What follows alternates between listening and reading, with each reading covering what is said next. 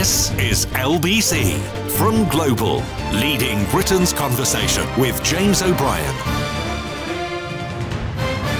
Good morning. It's 3 minutes after 10. I hope you had a lovely weekend. I'm afraid there's not much temptation into the shallow end of British news this morning. We will be diving straight into the deep end. This Rwanda bill probably looks like might happen finally today.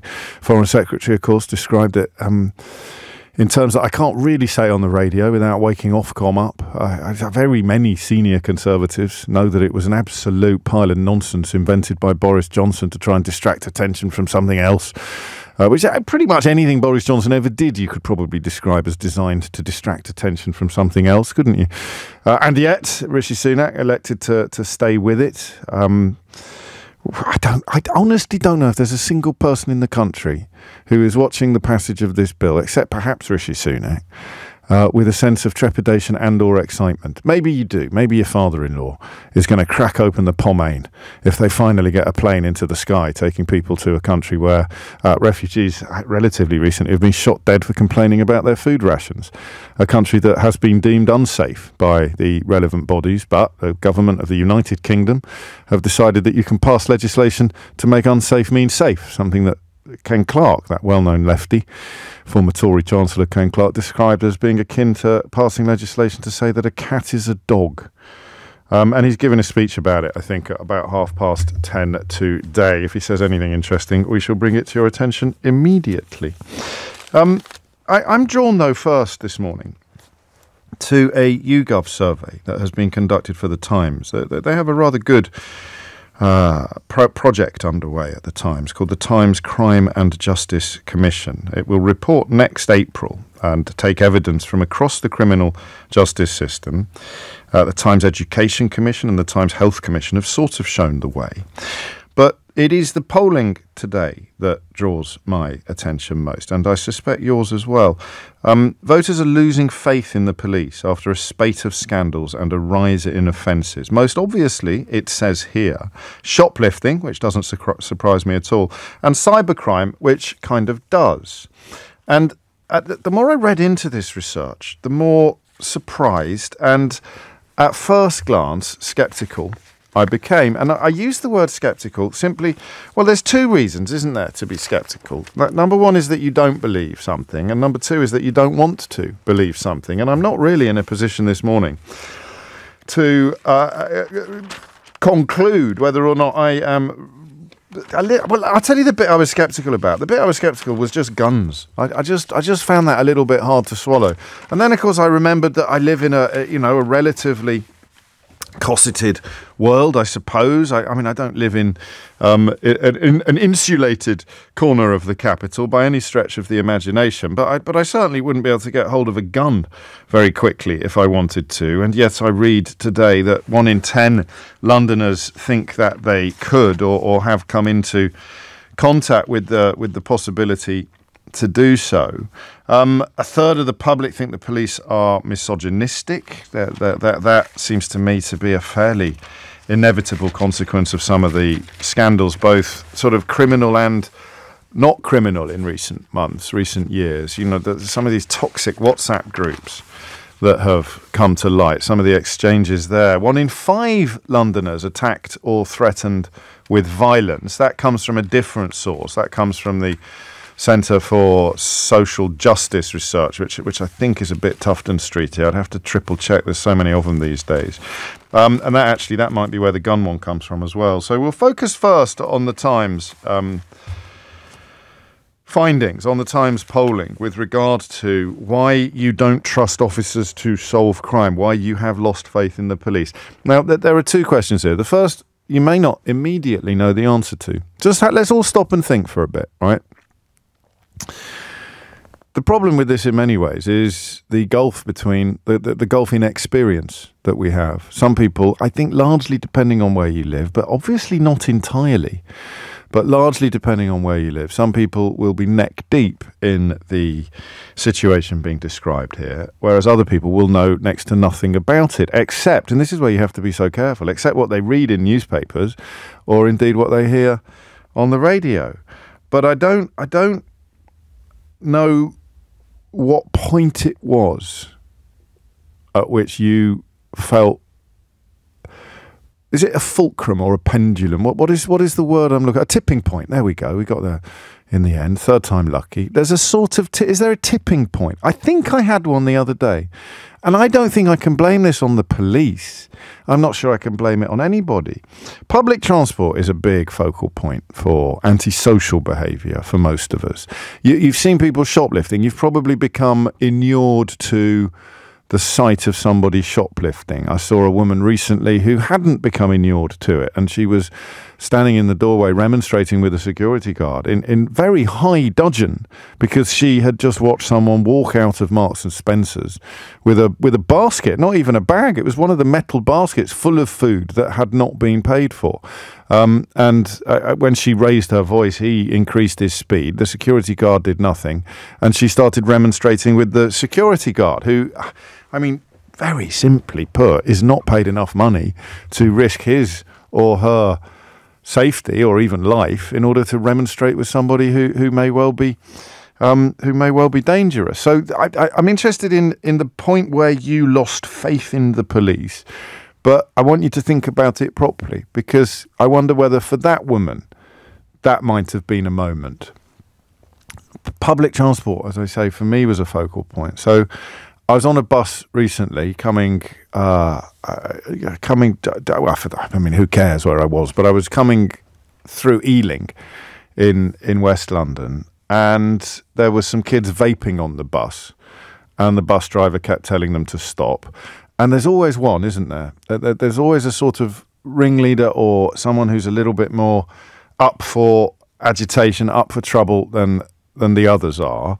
And he sort of refused to get off the bus, and then got off the bus. And then as soon as the bus doors closed, he moved the mirror so the guy couldn't drive. This isn't criminal behaviour necessarily, but my first reaction is to think how we might help the bus driver. Well, actually, I think that's a bit self-aggrandizing. My first reaction is, what can I do to make sure I get home quicker?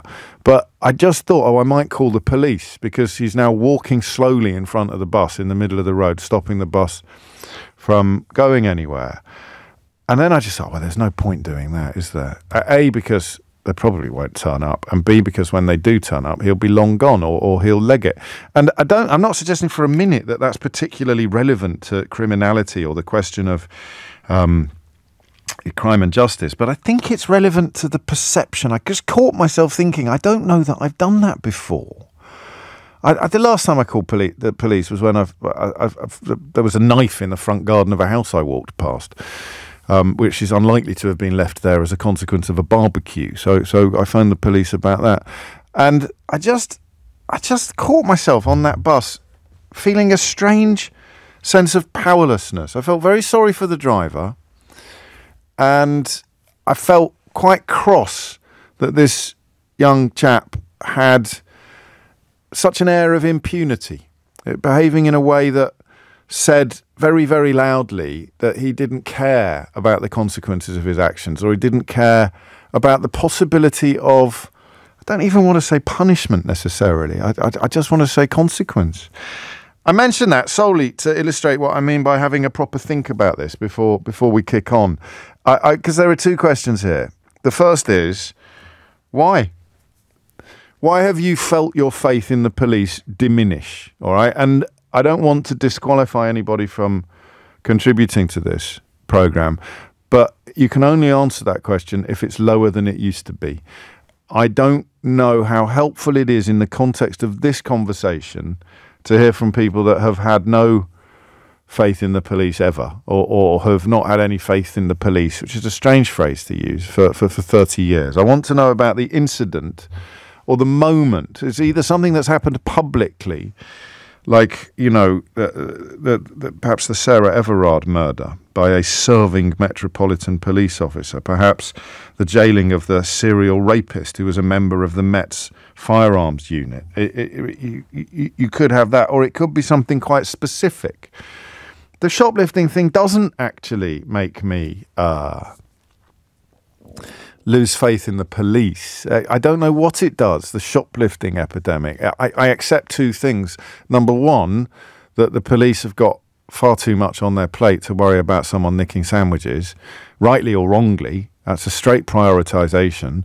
Number two, I think when you're stealing food, it's a slightly different crime, in a sense, from when you're stealing, valuables or things to sell. I know you sometimes steal food to sell, but stealing because you're hungry, which won't be all shoplifters in shops, but do you see what I mean?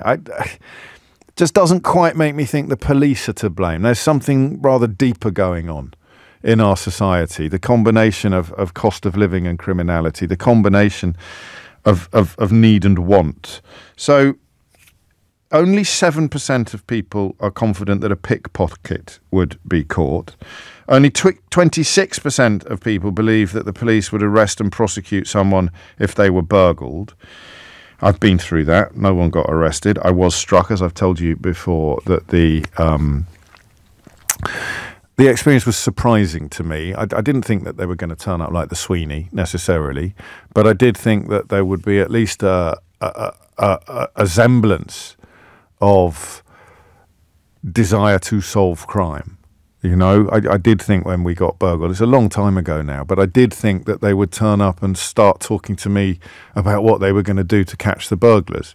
That the sense of resignation was palpable, or just that, well, we have to come out and we have to fill in this paperwork and we'll probably send someone around to take fingerprints off the door, but don't get your hopes up. That was a moment as well, but I guess I had a lot going on emotionally.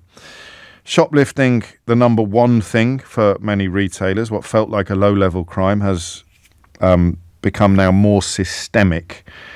Baroness Manningham Buller tells The Times that she was in... I beg your pardon, this is the former head of John Lewis, Dame Sharon White, current chairwoman of John Lewis. I was in one of our Waitrose stores.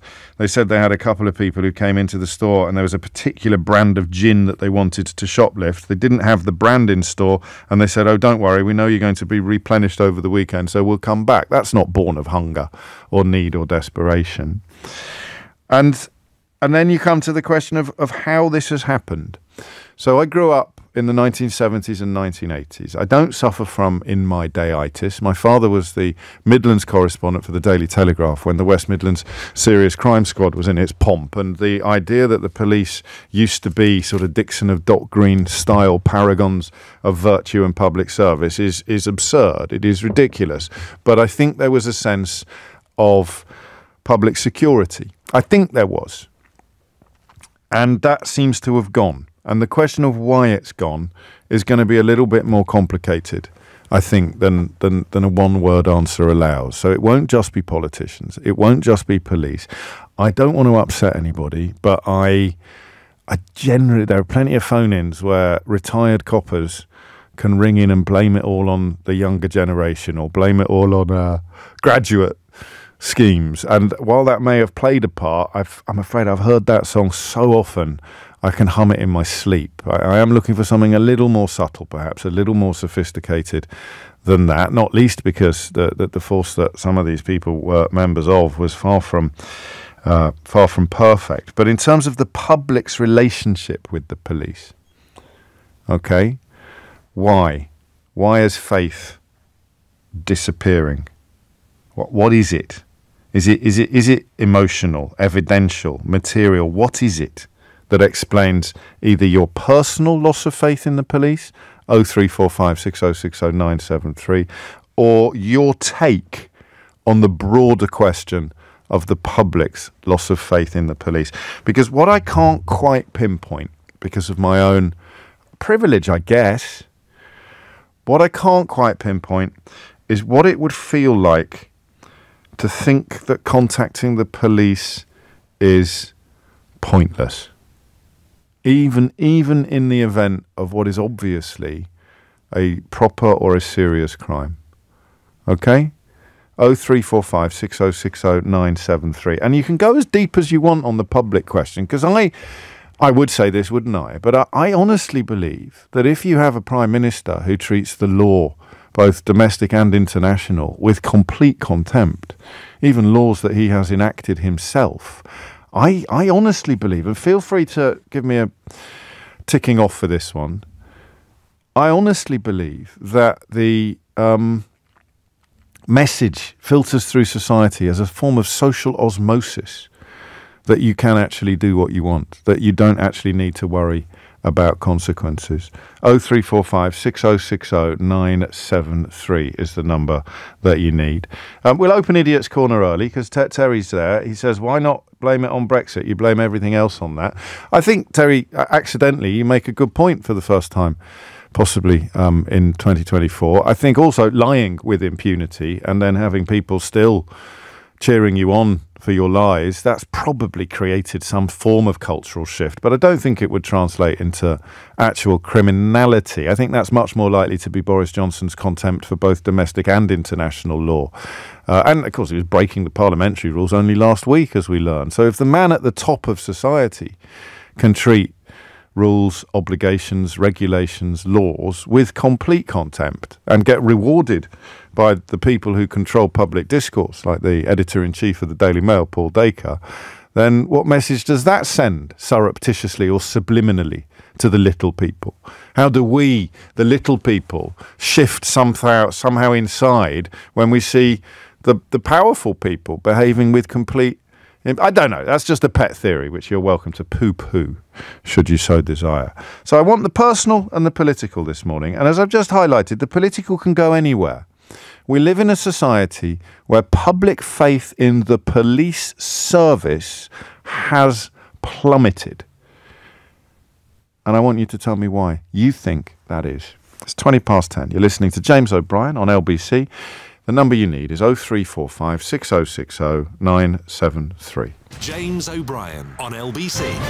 21 minutes after 10. Voters put police in the dock. Majority of Britons don't trust officers to solve crimes. Public appetite for reform as shoplifting and cybercrime surge. So before we work out what reform might look like, how you fix this, let's work out how we got here.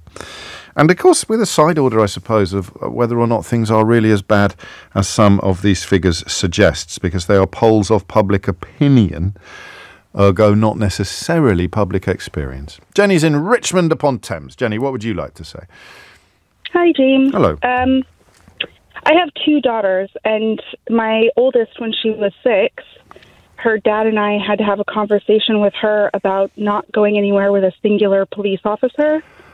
Always making sure there was at least two, and I have to say, after Sarah Everard as a woman, yes, the faith there is, I wouldn't say completely gone. I have police officers in the U.S. who are family members. My dad was an undercover police officer, but a lot of it is gone. And what was it about that case? Because, you know, you wouldn't suggest that going with your family members was unsafe as a consequence of one bad apple. So what was it about that case in particular? Is it something institutional? Is it? Yes. So go on, tell me more. Yes. I think the more that came out about it, you can say that it was one bad apple, but the fact is he was known for quite some time, many different times, to have been unsafe. He'd been known to be unsafe for many different reasons. So that makes yeah, sorry, I don't know why I'm interrupting you. You're being very interesting, sorry. Time after time, they failed to do anything about it. And these are the people who are supposed to solve the crimes that are happening when one of theirs is doing it multiple times brazenly. This is an important starting point, isn't it? The sense that for reasons that we will not establish in this conversation, but other callers may contribute to, the service, the police force seems, and this would be the best example of it, to have become a place where the checks and balances we would consider to be the most basic requirement for carrying a badge had been at best diluted and at worst completely abandoned. Yes. Now that's the second question then, isn't it? That becomes a new why that perhaps people with a bit more experience of the police service itself will be able to answer. Why have we? I mean, was it always like this, and now we just know about it more, or has something diminished in the recruitment and retention officers. Not a nice conversation to have with your little girl, but you and your husband felt very much a necessary one. Yes, without a doubt. And frankly, police officers in some ways have become part of the stranger danger conversation, which is awful. Objectively awful. And yet I don't know that anyone listening to this would pick you up on that. Perhaps they might, but I don't know, given that institutional element to the case of Sarah Everard's killer, and of course the serial rapist from the Met's firearms unit, and the warning signs, the nicknames, the accusations that accompanied those two cases, which you have to presume will be tips of hideous icebergs. That idea of police officers being added to the stranger danger list must be heartbreaking for the good guys, for the good police officers. 25 after 10. Scott's in Glasgow. Scott, what would you like to say? Hi, James. I was actually phoning in kind of on behalf of my partner, as it was her interactions that have sort of led to my loss of faith in the police. She's a bank nurse with the NHS and does like a night shift every week. And almost without fail, there will be an incident every single shift. I'd say at least 2/3 of the time, and it's assaults, verbal abuse, etc. But the bit that sort of shook my faith is the fact that she says they don't really report these any longer, that no one phones the police. They know that nothing will happen as a result of it, unless there's a very serious incident and someone suffers an actual injury that requires treatment, then they won't even report it vast majority of the time. What sort of crimes are we talking about that would go unreported? Assault, both physical and verbal. Indecent exposure seems to be a rather regular one. Things that you couldn't do on the street, that you would be arrested if you did on the street, hopefully, but that seems to just be an accepted part of being in hospital now. And that is because once bitten, twice shy. They've called the police in the past and the response has been inadequate. Yes, if they do send someone out, then it's very unlikely that the patient will be arrested because they're in hospital. They're seen as not being in a fit state to be arrested, right, and that the hospital's where they should be anyway. So the staff are pretty powerless to do anything because the person's not going to be removed. So they just need to deal with that person as best they can. And what when you talk about losing, it's interesting, isn't it? There's two targets here. We know what we're losing faith in. It's the sort of homogenous blob of the police force or the police service, whatever we may mean by that. The people on the end of the phone and the people that the people on the end of the phone should send. We're losing faith in that as an institution, not necessarily in the individuals. But have you reached the point of blame? Have you thought about that? Whose fault is this? Is it the fault of the person answering the phone? Is it the fault of the person turning up and not doing anything? The fault of the person not turning up, or the fault of somebody much, much further away from this process? I mean, it's the accumulation of all these factors, because, a major one will be particularly violent male patients. There will be notes, on their charts that only male nurses should be sent into that room, things like that. But they lack the staff. So, even last week she had to go into one of these rooms with a female colleague because the only male member of staff was on their break. But that's nothing to do with the police, is it? Well, no, but then that's how it's not able to be dealt with by the nursing staff. But equally, if the police can't then do anything. But I'm not going to lose faith. I'm not going to lose faith in the nursing staff because of the situation that your partner has been put in, over which she has no control, and yet we're losing faith in the police over situations over which they have no control. Well, I think it feels more that the police should be able to do something. Is that way when you're brought up? The police will solve the problem. They'll phone the police if this happens. Yeah, I can't. I don't think either of us. When that no longer works. Yeah, except I don't think there's going to be many, if any, police officers listening to this thinking, well, no, you've got that wrong, pal. I didn't go into the police service to help people. I went into the police service to not turn up and to not help and to not do. I thought that oddly, unexpectedly. You talk about your partner being pushed into a suboptimal situation by the employer, as it were, or by the reality of her employment. Despite the best efforts of some right-wing media, it's quite hard to turn us against or to make us lose faith in doctors and nurses, but if I said, have you lost faith in the NHS, maybe you'd give me a different answer. Are you losing faith? Well, of course I'm losing faith in the NHS. Patient satisfaction in 2010 was the highest it had ever been, and now, after 14 years of this lot, it's the lowest. And yet, how much blame for that process should be laid at the feet of actual doctors and nurses? The police feel different. I think when we say we've lost faith in the police, we're thinking of individuals. If I say that we've lost faith in the NHS, I don't think you are thinking of the last doctor you saw. Or I could be wrong. I don't know. You could be wrong. It has been known. Amelia Cox is here now with your headlines. James O'Brien on LBC. It is 10:34 and you are listening to James O'Brien on LBC, where a majority of Britons don't trust officers to solve crimes. I don't know how we set ourselves some pretty tricky tasks some mornings, but I don't know how you... I don't want to say police. What's the word I'm looking for? I don't know how you walk the tightrope between public perception and public experience.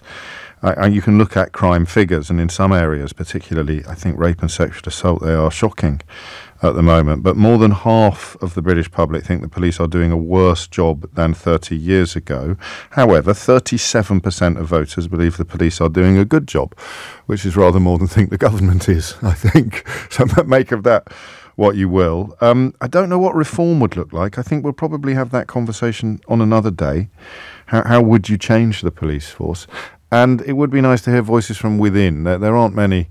There are a lot of rules governing what you can and can't say publicly. But the point at which you lost faith in the police is unlikely to be a question that a serving police officer is going to want an answer. But why it is happening, particularly taking into account some of the strands of suggestion that we have had on the programme so far. Mick in Sutton Coldfield says, for me, the loss of faith in the police is not so much an actual loss of faith, rather a realisation that they have been degraded in their capability to carry out basic policing through lack of funding and support from successive Tory administrations. Thank you, Mick. I lean towards that, but I worry that our own footballification, our own disdain for what this 14 years of these successive Tory governments have done to the country may slightly colour my analysis. I'm not suggesting it colours yours, but I do. I'll tell you what another moment for me was when right-wing media started pretending that rainbow helmets or dancing at carnival was a big deal. Do you remember that? I know in a way it's gone on forever, but if you're skinning the police force, if you're undermining it at every turn, Theresa May giving a speech as Home Secretary in which she called police officers suggesting that cuts to the police numbers may have a detrimental impact on their ability to do their job, and she called it scaremongering. Theresa May called it scaremongering. So if you are denuding the police service, if you are diminishing their ability to do their job, and then your friends in the media are pretending that the reason why crimes aren't being solved or crimes aren't being attended is because all the police officers in the country are busy at Notting Hill Carnival dancing. We spoke to a policewoman, didn't we, who had policed the carnival in quite a senior position, and she said, do these people not realise that my people have radios? If you're in the middle of a conga and your radio goes off and says, I need you 10 minutes away and I need you there now, you run off like a bat out of hell. So for me, a moment perhaps in the betrayal of the public by the institutions would involve politician and client journalist rather than police officer. I don't know whether you fell for any of that stuff about multicut. So you find one police officer in one force, in one of the four nations of the United Kingdom, and they're wearing a multicoloured hat to celebrate gay pride, and suddenly that's why no one turned up when your house got burgled or your bike got nicked. I don't like to suggest you've got to be really, really stupid to fall for this crud. But you do have to be quite stupid to fall for this crud, and yet they serve it up every day. Open the Mail, open the Sun, look at Murdoch's lackeys elsewhere in the media, and they'll be serving up narratives about Notting Hill Carnival police dancing or demonstrating some sort of solidarity with gay pride as an answer to the question of why policing's gone off a cliff, while letting their friends who've been in power for 14 years off with a free pass. Not only that, of course, but coming galloping to their defence when they're found to have treated the actual law, whether international or domestic, with complete contempt. Cameron's in Bolton. Cameron, what would you like to say? Hiya, mate. It's basically my own personal experience. Go so on. In 2016 on New Year's morning, it'd be, I was stabbed. No fault of my own. I went to a party with my friends. We're not troublemakers. A group of lads showed up who didn't want us there. We tried to leave.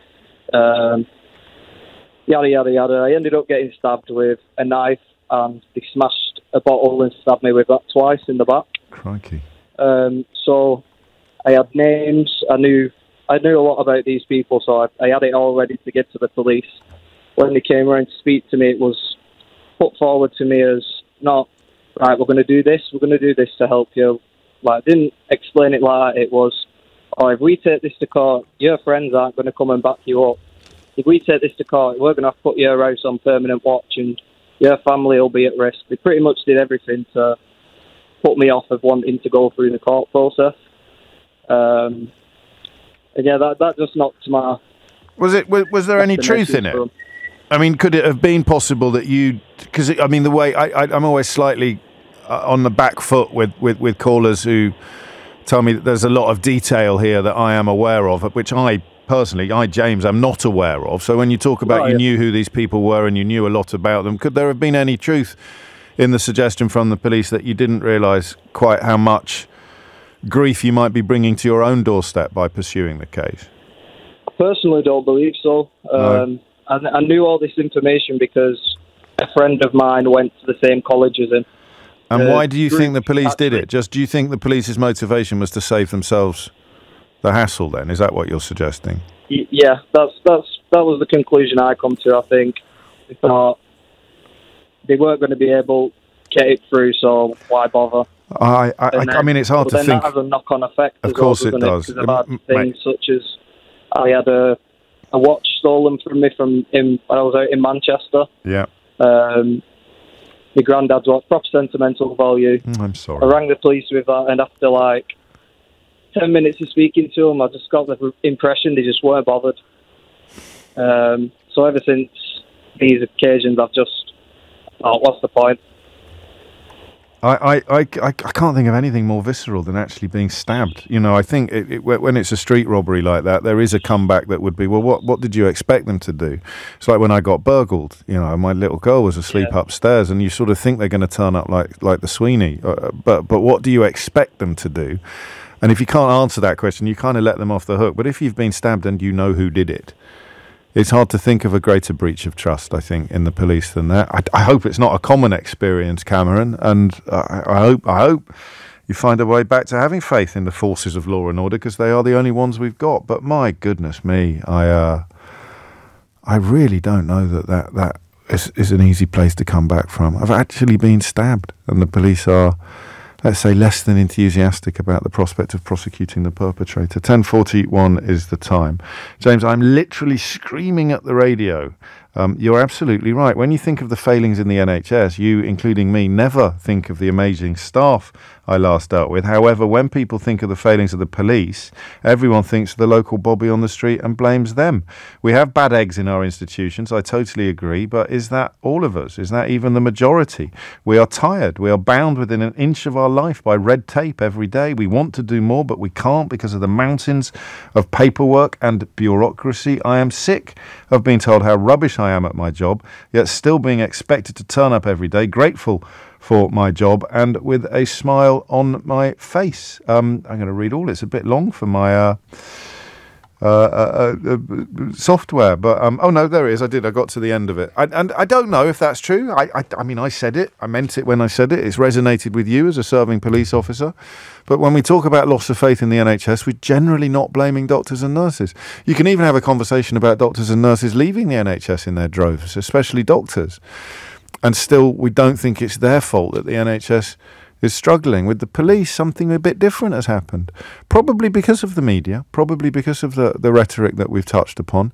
Wouldn't really work with a doctor. You suggested that a doctor was dancing. If you found a paramedic dancing at the Notting Hill Carnival, would you really be able to persuade Daily Mail readers that that's why their nan is still waiting for a new hip in the way that they can do the equivalent with the police? I don't know. Philippe is in Sutton. Philippe, what would you like to say? Hi, good afternoon. Hello. I was attacked by two guys back in 2019 that wanted to steal my car. Right. And it was a knife attack. I wasn't injured or anything, luckily enough. But I refused to give the keys, and they came and grabbed me with a knife, and so I threw the keys as far as I could. They still got the keys and took the car. Took me half an hour in 999 to reach someone. Eventually I reached someone. I was told to wait on the scene. I waited for 2 hours. My mobile phone ran out of battery. Oh, mate. And lucky enough, one of the neighbours nearby, they saw me, they saw what happened, and they took me in. So, yeah, it's just a lack... sorry, I got cold. It's just a lack of control. They just don't have enough resource, I don't think. They probably don't focus in the right way. You know, responding to a knife attack, I think, is important, regardless of what you're doing. They didn't respond. Because you don't know where they're going next. What would have happened then, 30 years ago? Sorry, this is back in 2000. No, I know. I'm just thinking because I mean you're part of a phenomenon where it says more than half of us think the police are doing a worse job than 30 years ago. I'm wondering. I'm actually not British. I came over in 1979. I'm Portuguese. Yeah. Sure. And it's a bit different, the culture there. You're afraid of the police, and you have to be afraid of the police. You have respect for the police there. Well, hang on. That fear and respect aren't the same thing, are they? No, but if you see the police presence on the streets, either on the car or walking around, which you don't see in UK, you don't see that in London. I live in Sutton, you hardly see any policemen on the streets, even though they got a big police station there. Yes, that's true. Yeah, so you go them in the police station watching the cameras to do crime prevention. What about the crime is taking place right now? Well, it's not either or, but it feels like it is sometimes, doesn't it? It does feel like that, and you just can't justify. So that in answer, I just don't know if I'm in charge of deciding where I'm going. I've got a finite number of police officers. Your assailants have done one. They're long gone. They're over the horizon and far away. And that's why they say, is the burglar still on the premises? And if the answer is yes, then they'll, I think, still get there as soon as is humanly possible. But if the burglar is not on the premises, then it's a nightmare for the victim of crime. But if we're going to bring things down to algorithms, what would have been achieved by getting to you sooner? No, but I'm talking about the deterrent. The picture is bigger than that. Like the presence of police and not actually any community police at all, which we used to have years ago. All that has gone by the by. It's and also the apparent lack of control by the police. The police have no control in some of these areas of what's going on, especially if you listen to the news and LBC, and you can see every day something's going on. And they just don't have control. Why do we think that is? I think it's a lack of focus. They need to refocus on the priorities, going back to what you just said. Who's they? They meaning the police force and the government. Right. Yeah, it's both. The mayor, London mayor, the government and the police force, they're all at fault here. How would you make London safer overnight? Answer, more visible policing, I guess, except that, of course, to knit together your 2 points, if you've got the fear that you describe in Portugal, then that won't have a good effect. You've got huge sections of the community who have no faith at all in the police. Seeing more of them on the street, would it have a negative effect, a deleterious effect, or would it just make life better for those who do have, or want to, or are capable of having faith in the police? Philippe, thank you. There's 2 stories there in quick succession of the personal experience of crime that both hit home, didn't they? One physical, being stabbed, and one material being robbed, albeit at knife point, so still terrifying. The idea, I just don't know how naive it is of me to think that it didn't used to be like that, or that shouldn't happen. 0345 6060 973 is the number you need to join in. 10:47 is the time. James O'Brien on LBC. 10:50 is the time. You're listening to James O'Brien on LBC. Rishi Sunak, it's Groundhog Day, isn't it? Rishi Sunak is delivering a speech about Rwanda, a policy that he thought was ridiculous when it was first framed as a way of distracting the British public from something awful that Boris Johnson had done, was about to do, or quite possibly in the case of Boris Johnson, was in the middle of doing. And on it goes endlessly. He's even got his little "Stop the Boat" sticker on the front of the lectern. It's not a podium, by the way. It's a lectern. Stop the boats! Stop the boats! 10:51 is the time. I'll find out shortly whether he said anything interesting, and if he has, I shall share the details of it with you. But my goodness me, 10:51 is the time. Back to the loss of faith in the police and the reasons for it. Because at the moment, you see, you take Philippe's call there, but you tie it with the first call we took. So Philippe, I think, persuasively arguing that we need to see more police on the street. But the first call was from a woman and a mother who has told her daughter not to trust lone police officers anymore, something that would once have been close to unthinkable. But the institutional failures, the institutional malaise that delivers institutional racism, in the case of the course of the Macpherson report, but also institutional misogyny, institutional sexism, means that for a hell of a lot of people, seeing more police on the street would not necessarily be a net good. In fact, it could be the opposite, somewhat perversely. So some of us think we need more police on the streets, and some of us think that more police on the streets would be a reminder of how corrupted the police service had become. So how do you tie those two together? How do you make that twain meet? And I do mention this repeatedly, but I'll mention it again. I don't buy the bad apple argument anymore. I used to. There's just too much now for that to carry weight. But I absolutely accept and remind you very, very strongly that these are the last line. This is the thin blue line between us and chaos.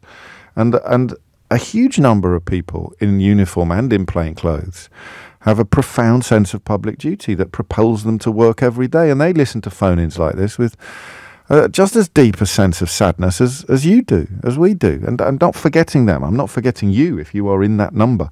10:52 is the time. Bisma is in Enfield. Bisma, what would you like to say? Hi, James. Hello. I'm super nervous, so sorry if I sound a bit shaky. It's only me. So I feel quite fortunate that I've not had to, rely on the police much in my life. Yes. But in the last few months, there's been a couple of things that have really, really made me lose faith in the police to the point that I just don't even think it would be worth contacting them in some instances. And the first was, so I'm a new mum. I had my baby about 11 weeks ago. And in the first few weeks of her life, I really had to pluck up the courage to take her out by myself without my husband. And the first time that I did it, and I gained the courage to do that, I was in broad daylight at 3 p.m, followed by two men for quite some distance. And then while I was checking on my baby, occupied with the pram, they went into a zipped up coat pocket and pinched my phone. Gosh. And I know that's, it's just a phone, and it's still a violation, isn't it? I think that's what it is. It's just the fact that they went into my pocket. Yeah. They looked at me occupied with my daughter, and they singled me out as a target. That felt really uncomfortable. And when I did contact the police, I wasn't even asked to describe them. I wasn't asked any details. I just received a text message to say, unfortunately, with incidents like these, the police can't do anything. So, here's your crime reference number. Claim it on the insurance. So that really made me feel like, there's no point. But what did you want them to do? I think it would have been nice to be asked a little bit, did anyone see what happened? Can you describe what they looked like? There was no sort of follow-up or anything. And I know these things happen in London all the time. I'm not, it wasn't the first time something like this has happened to someone. Sure. But I think for me, as a first-time mum, my mental health has been really impacted by that. And again, I know that sounds a bit silly, but it doesn't. I'm really scared. Hang on a minute. It doesn't sound remotely silly. I don't want to be patronising, but I've got a little antennae now that starts twitching when people start almost apologising for things that A, they have no control over, and B, do not need to be apologised for. You were violated in a public place, and the people to whom you turned in expectation of help and support did not provide it. Now, the reasons behind that are an interesting intellectual exercise, but your emotional reaction to it is 100% justified and not remotely silly. Thank you. I really appreciate that. I think just as a first-time mum, I'm on maternity leave, and being, sort of confined to my home is not something I want for me or my daughter. But now it's, I really have to think 100 times before I leave the house because, yes, this wasn't a violent crime, but I don't want to run into criminals in broad daylight when I'm out with my daughter. I don't, that makes me feel really nervous. And the second thing, if I've got just a minute to tell you something else that's happening in my neighbourhood. So it's one of the big supermarket chains, but it's kind of the express version as it opens up across the road from me in my development. And it's a family-run franchise. And since they've opened, almost every night and every morning they're attacked by the same people. And they come in and they take all the expensive alcohol off the shelves. I've seen CCTV footage of it myself that the owners have shared with us. It's happening every single day, in the morning and in the evening. And sometimes the staff members are assaulted as well. They're pushed to the side while these people come and just clear the shelves. And they've had extra cameras installed. They've had shields put up in front of the till like they did in sort of COVID times, and extra doors put in, and they now lock the doors after sunset and only let certain people in. But it's happening day in, day out. And I've stopped going in there, and I feel really bad because I want to support their business, but I'm nervous to go in there. I've told my husband not to go in there. And when we've asked them what the police are doing, they've said the police have just told them not to interfere. And I listened to, obviously, the start of your show where you talked about shoplifting and where it's food. It's, it's a different thing. And I agree with that wholeheartedly. But, it's expensive. You're describing looting. That's looting, isn't it? It's exactly. I mean, shoplifting sounds far too mild a term to describe what you're seeing. And it's covered in this Times polling as well, people turning up with bin bags, filling them up and running out of the shop. So, I mean, there won't be a police officer listening who's comfortable with what you're describing, either of the incidents that you describe. And somebody somewhere is making the decision that, I mean, what would you have to do? You'd have to have 10 police officers on permanent duty outside that shop, and that's going to be completely unfeasible for them. So I don't know. I mean, this is the thing, isn't it? It's why I'm glad we're not doing how do we fix it today, Bisma, as opposed to what are the problems. But this combination of institutional and sort of evidential experience, it's toxic, it's horrible. And Bisma, take care, seriously, and I hope you take on board some of what I said about the naturalness, the inevitability of how you feel. And forgive me for reading out this from Andrew immediately after your call, because I think it's worth reading out. You almost want Andrew to be right. He says, the 1970s just called. They want their phone-in back. Seriously, nothing in today's programme would have been out of place on LBC 50 years ago. I kind of hope you're right. And I'm always conscious of in my day-itis and woe is me. But, I mean, there are a few things you miss. Most obviously, Andrew, and if I was feeling a little less chirpy, I'd put you in idiot's corner for this. There were no mobile phones 50 years ago. So, you couldn't have had your mobile phone, Nick, could you? In 1974. But on other things, big cuts, big changes in morale, an uptick in impunity or perceived immunity. 14 years, austerity started in 2010. Elements of this phone-in, perhaps, would go back to the 1970s, but the lack of resources seems to me to be quite a modern phenomenon. I could of course be wrong. It is coming up to 11 o'clock and you are listening to James O'Brien on LBC. I can tell you now that there is no shortage of evidence. My apologies to Emma and to Ruby, Vishal, Neil, Sebastian, Josh and many others. The personal experiences, more perhaps than the meta oversight into what on earth has happened. Meta, not Met. Meta oversight into the Met is incredibly thick on the ground. I'll turn your attention next in perhaps a slightly unexpected direction. This word, I use this word, Islamophobia. Even using it, according to Sajid Javid and others, is a threat to free speech and risks creating a blasphemy law via the back door. James O'Brien on LBC. 3 minutes after 11 is the time. I believe the lectern has now been vacated, but it still has its shiny Stop the Boats sticker on the front of it. Next week, of course, it will be the Stop the Notes sticker. They've currently got 2 stickers in Downing Street, depending on whether he is going after refugees or going off after people who are off sick. They put Stop the Boats up if it's the refugees and Stop the Notes up if it's the people who've been signed off sick.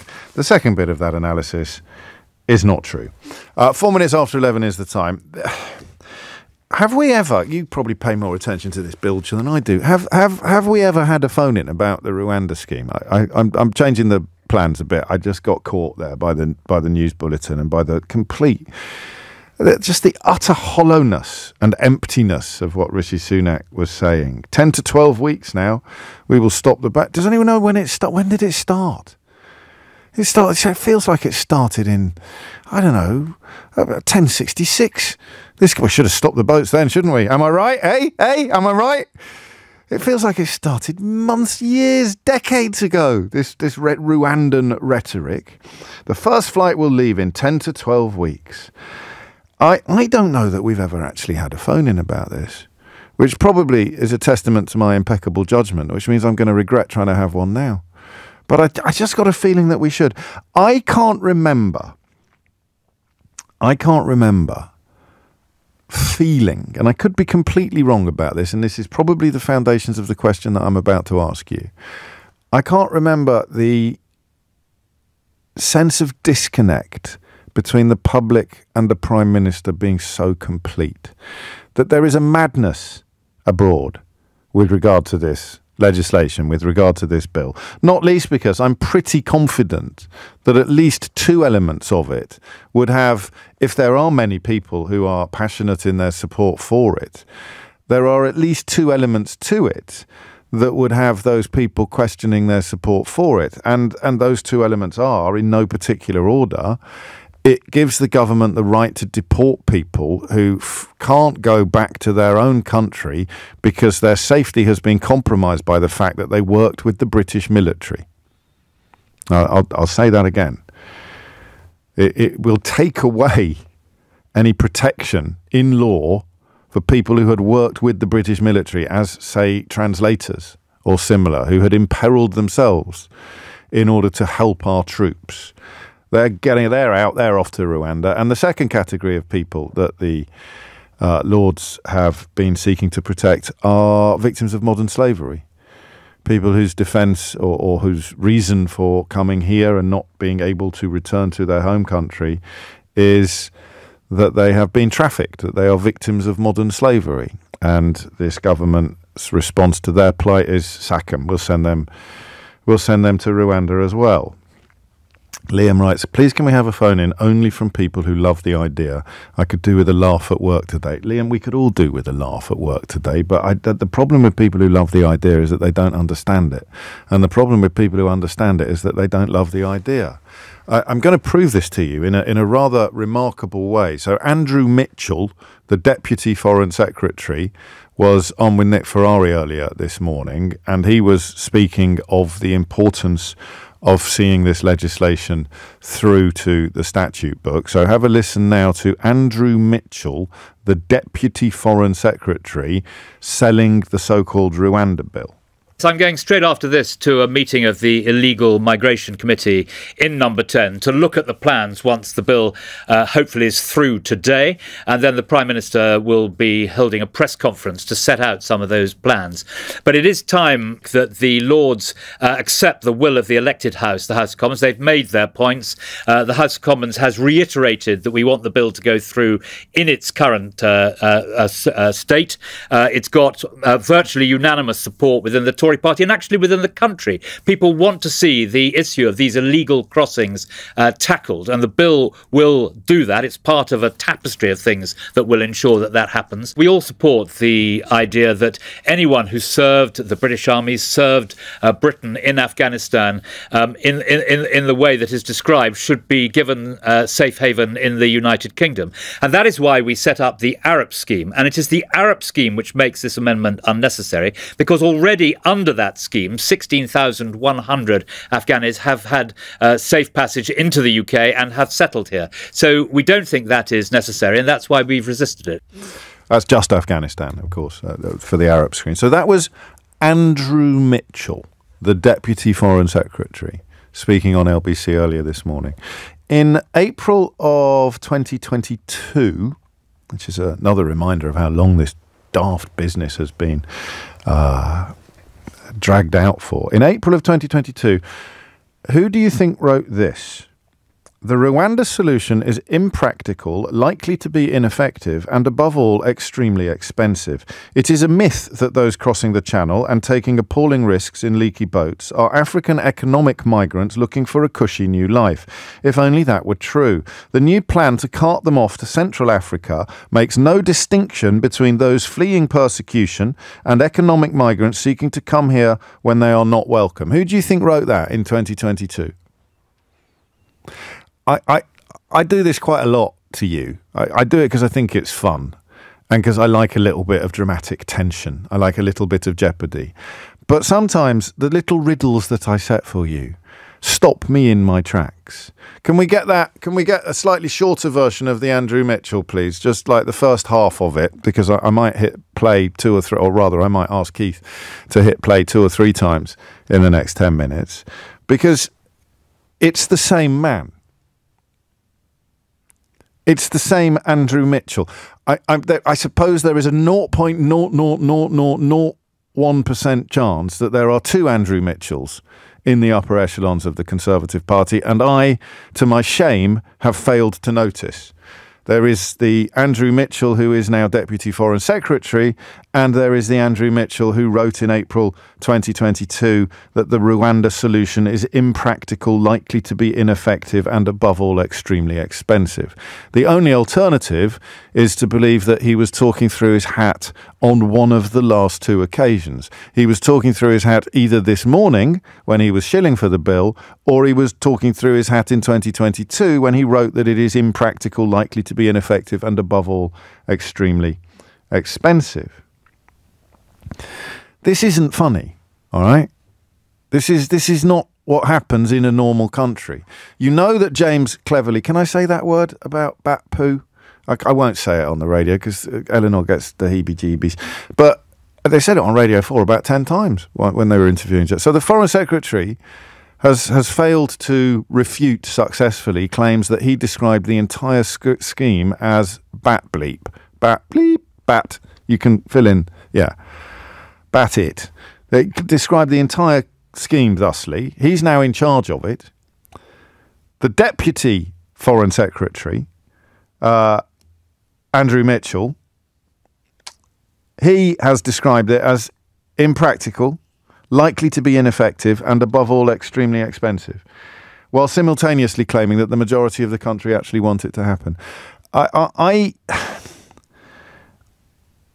can't remember an example of such complete hypocrisy, and Andrew Mitchell is regarded in some quarters as one of the better ones, one of the sort of more respectable ones.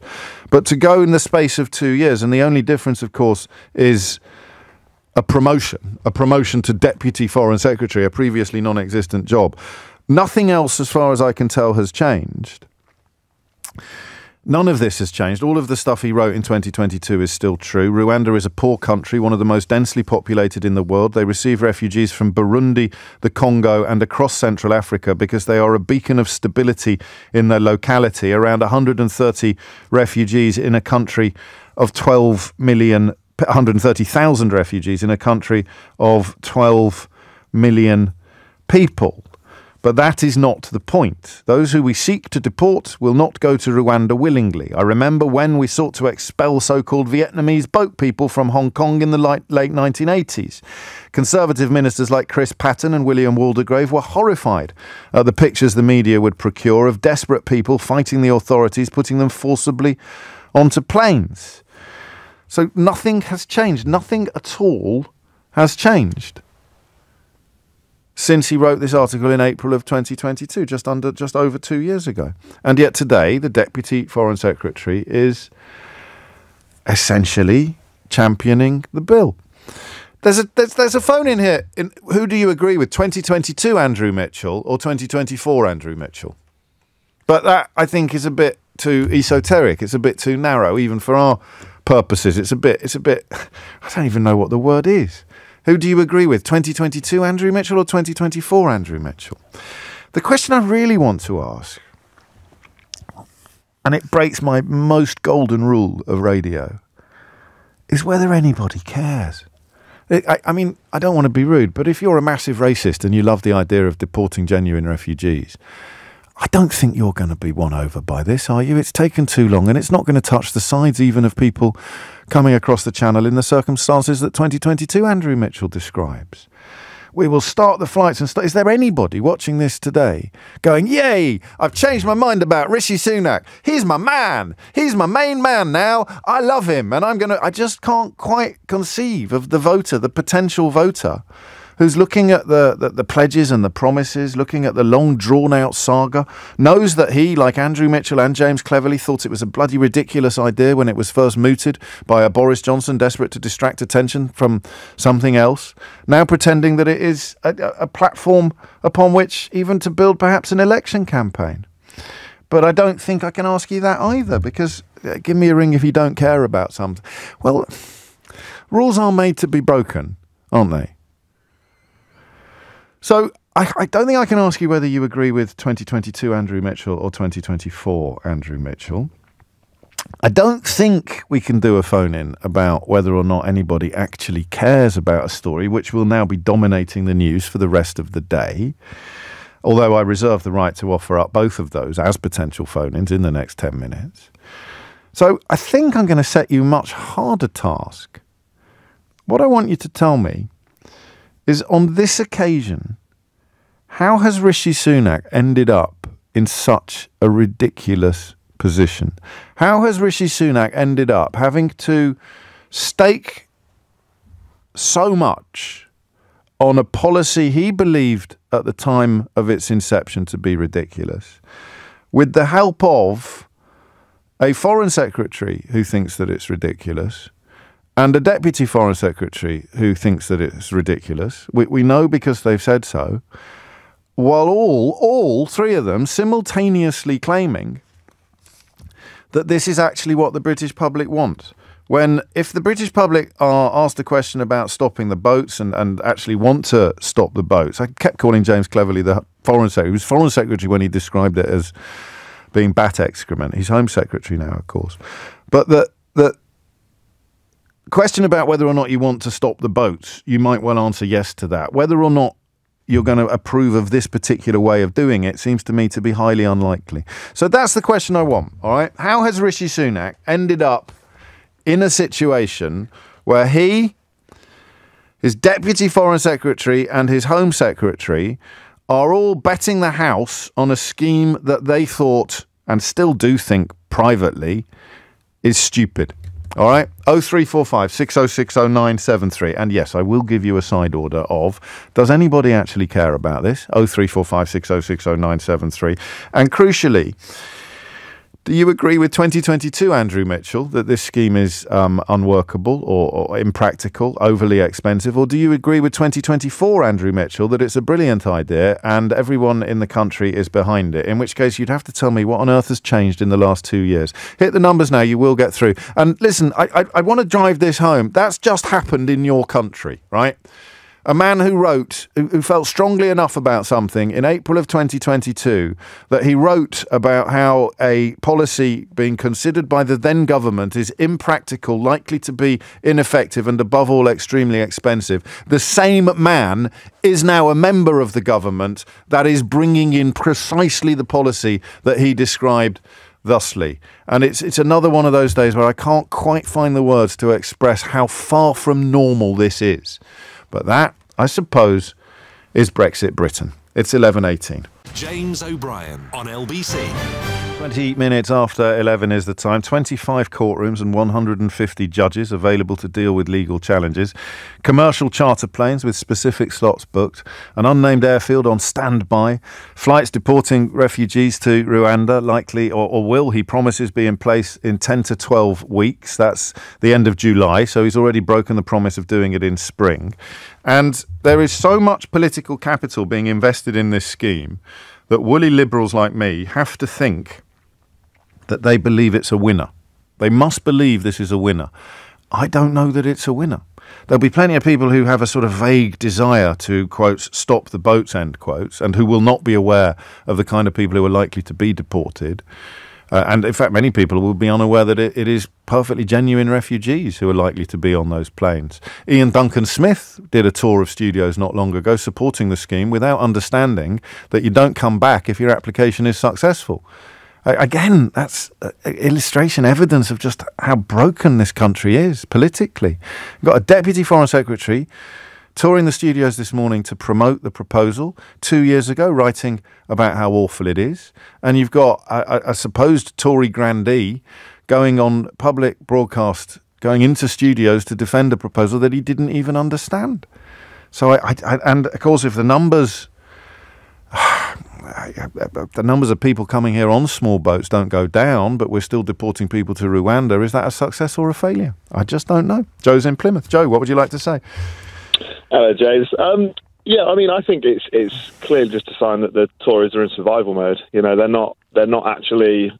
I think the ones that are backing the bill have realised that they've lost so many votes from the more central or left-leaning Tories because of how they've tanked the economy. They're holding on to those very, very few straggling ones just to save face, really. You know, so these are reform voters, then, really, that you're talking about potentially. I think. They're all fighting. There's two bald men fighting over the same comb, isn't it? Quite often with these kind of policies, because however far to the right Sunak tacks, Farage and his mates will tack further. Always. Yeah, exactly. So they're just desperately clinging for the few votes they're going to get left, because I think a lot of the sensible voters have seen what the Tories have done to the country, to the economy, to healthcare, everything, and thought, right, we're going to jump ship. So the Tories have realised that they're not stupid, and they're thinking we need to save face as best we can. How can we do that? Slightly wary when you say they're not stupid. No, I don't mean that in a cheeky sense. Desperation and stupidity are quite hard to tell apart. So, but I mean, could we both be overlooking the possibility that there is a caucus of people, possibly even listening to this programme through a bizarre sense of masochism, who will celebrate when 200 refugees are stuck on a plane to Kigali, and who will think that it's a moment of political importance? I think they refer to themselves as the silent majority, when I don't think but what if they are? What if they are? Then we're all screwed, I think. Yeah. Well, and the calculation of what they think they are doing is at least answered in part by your analysis. So the idea is to force laws through Parliament today that redefine the meaning of unsafe as safe, strip out amendments designed to protect people who have helped the British military or who have been victims of modern slavery, ordering the House of Lords to sit there and vote until it's done, which is his prerogative, and refusing to make any changes or amendments that are expected to be voted down. I mean, I suppose the question is, what is he hoping to achieve? What is he hoping to achieve with this? And the answer is votes, and the question then is whose? 0345 6060 973. Will's in Brent. Will, what would you like to say? Well, I think the reason we're here now is because it kind of worked in 2016 and kind of worked in 2019. The sort of migration issue, didn't it? The anti-migrant issue was like the predominant issue, really, with Brexit mixed with that take back control. And similar, 2019 was all about get Brexit done. They got together a coalition, maybe an unlikely coalition of people, a lot of whom maybe didn't normally vote. That was especially true in the 2016 referendum. And now, I suppose it's one of the few issues where you can get much kind of clear separation between what the Conservatives are doing and what Labour is saying that they're going to do, because Labour's not really said very much about what it's going to do. Being very careful, but it has said it would dismantle the Rwanda scheme. So it's an issue they can say, right, okay, we've got a policy, at least we're trying. Labour's got no policy, and I keep saying that. Of course, there is a policy. It's about. Then you've got. Then you've got this question of what it's. So you've got the Deputy Foreign Secretary today selling it for the reasons partly, presumably, that you describe, and just 2 years ago describing it as impractical, likely to be ineffective, and above all, extremely expensive. So are they deluding themselves? So is this? Perhaps I'm being a bit naive today. What we're watching is the so-called sensible ones, and I use that word very advisedly, but in this case it would be Rishi Sunak, Andrew Mitchell and James Cleverly, albeit it's not his remit anymore since he moved to the Home Office.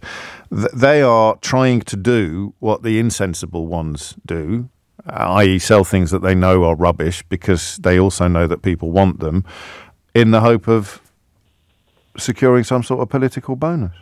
I think they've been persuaded that there isn't any of the kind of more sensible policies aren't going to work, aren't move. But you don't go from thinking that it's bat excrement, as James Cleverly reportedly said, and Sunak reportedly finding the whole thing ridiculous, and Andrew Mitchell actually on the record on the Conservative Home website biting enormous holes into it, to and until relatively recently, the three people in the party championing it most publicly. I don't think they believe in the policy, but they maybe believe that it's the only thing that's got any chance of persuading a certain section of the electorate that's maybe could be persuaded to come out and vote, that they are the ones that are trying to tackle this policy, and those sort of like three-line slogans kind of worked for them in the past. You stop your votes, get Brexit done.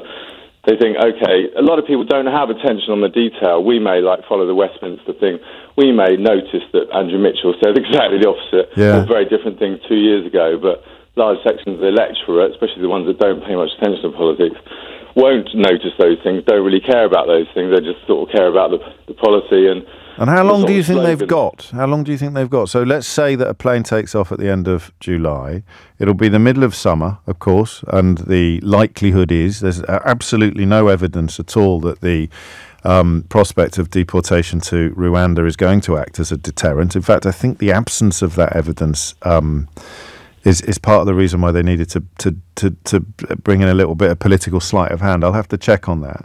So the crossings are likely to be at their peak at that moment. The people we're talking about, I'm always slightly wary of typifying people as not paying attention, but you're obviously right. The people you're talking about, the ones who don't pay particular attention to facts, like Andrew Mitchell's complete U-turn without any accounting or explanation, what do they do when they see the flight take off, but they also read or hear in the news that the numbers of people crossing the channel aren't going down at all?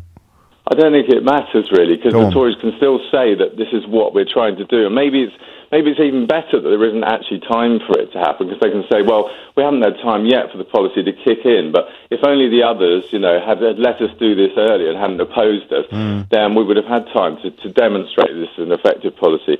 So it maybe even works in their favour that there isn't time for it to work, because it's unreasonable to kind of expect it to work. They may still be able to argue that it will work, we just need another term in office. And so it goes into the Brexit pot, is that there is a brilliant idea and it's not our fault that it hasn't worked. It's all the fault of the people who didn't like it.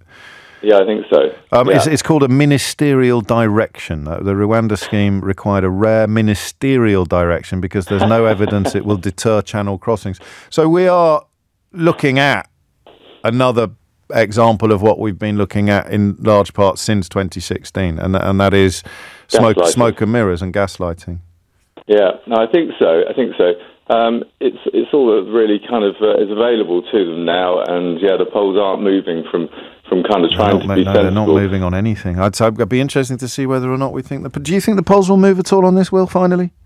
Well, it could do among some people. There's some people who are not captured by the polling, isn't there? Just as there was always in the Brexit referendum, who this sort of but who may be persuaded to go out and vote if there was a massive kind of campaign of accessing them, telling them this is take these people, take these people in these boats described so powerfully by 2022 Andrew Mitchell, and use them as the new kind of threat, the new othered part of the population. Sick notes plus boats. So people off sick and people in small boats, it can conjure up enough hatred of them that might just make a difference to the polls. Do you know what? I'm going to do something I stopped doing about 2 or 3 years ago. I'm going to say I think the British people are going to prove themselves to be better than that. I accept the rhetoric of stopping the boats has a willing audience, but I don't think there's anyone who wants them to stop who is going to change their opinion about this policy when it is actually enacted. I don't think you win over new people with this sort of politics. You just are desperately trying to cling on to the ones that you've already got. It's 11:30. Amelia Cox is here now with your headlines. James O'Brien on LBC. It's 11:33. A few texts. First from Terry. Surely Stop the Boats is the UK's Build the Wall, from the orange misogynist. He's got quite a lot on his plate at the moment. No matter what they do, the fanatics will sadly believe it, vote for it, and even join insurrections to support it. New and better government needed urgently, James. Shane says, if you want to see the true measure of a man, watch how he treats his inferiors, not his equals. I have no idea who said this originally, James, but it's 100% true of the current Tory party. They've turned into the nasty party that Theresa May warned against. I agree that immigration needs to be controlled, but treating desperate people like cattle is absolutely not the answer. And that, I think, if you were to read the entire article, is pretty close to the position held by 2022 Andrew Mitchell, that's why he drew in comparisons with so-called boat people from Vietnam being forced against their will onto planes in the 1970s. He wrote this article from a place of compassion for the actual human beings caught up in the story, but there is, of course, no rule for compassion for these people in the current Tory government. So what's going on? Paul's in Manchester. Paul, what would you like to say? Hi, James. First-time caller, long-time listener. Welcome. Welcome. I am autistic, so I see the world a little bit differently. Okay. I don't think they ever intended to put people on planes and send them to Rwanda. I think the entire thing is a gimmick. Because you're telling me that the British government couldn't get rid of people that they don't want to be here. In addition to that, I think because of the demographic problem that we've got, I mean, we need people. Yeah, but not these people. Well, that's their view. Yeah. The problem is, when you said they, it's such a fluid term in 2024. So they didn't think anyone would get on a plane. So let's say that Suella Braverman did, because she dreams about it, she told us. But Boris Johnson didn't give a hoot one way or the other. He just thought this was quite a useful way to appeal to or distract from or just do something that was in Boris Johnson's best interest. He probably didn't think it was ever going to happen. Yeah. James cleverly described it as guano before becoming Foreign Secretary and therefore having to cheerlead for it. We know that Rishi Sunak, when he was Chancellor, thought it was ridiculous. So we don't even know who they are, Paul. When we talk about they, we might as well be talking about 100 different people with 100 different opinions, up to and including Andrew Mitchell, who is they, not he, because 2022 Andrew Mitchell thought it was a stupid idea, and 2024 Andrew Mitchell thinks it's absolutely brilliant. So who are they? Who are they? Who are they, Paul? Well, they don't want to be identified. Frankly, who can blame them? 11:37. Natasha Clark had the dubious privilege of attending this press. Does he do more press conferences than some of his predecessors, or is it about this? I seem to have been one only last. There was one on Friday about welfare reform. So that was it. It does mean that we've had two. Two in 2 days, really. Two days. Business days. Well, some sceptics might say that if you're a Prime Minister that's expected to lose a lot of seats in the local elections next week, you might want to try and get on the front foot with your fight back and to try and see off any potential Tory challenges. That would be my interpretation of it. It's fair. But yes, I've just come back from that Downing Street press conference where Rishi Sunak is gearing up for a fresh fight today with the House of Lords. Obviously, he tried to use the press conference to talk about what would happen next with Rwanda, but it's important to note that it's not passed yet.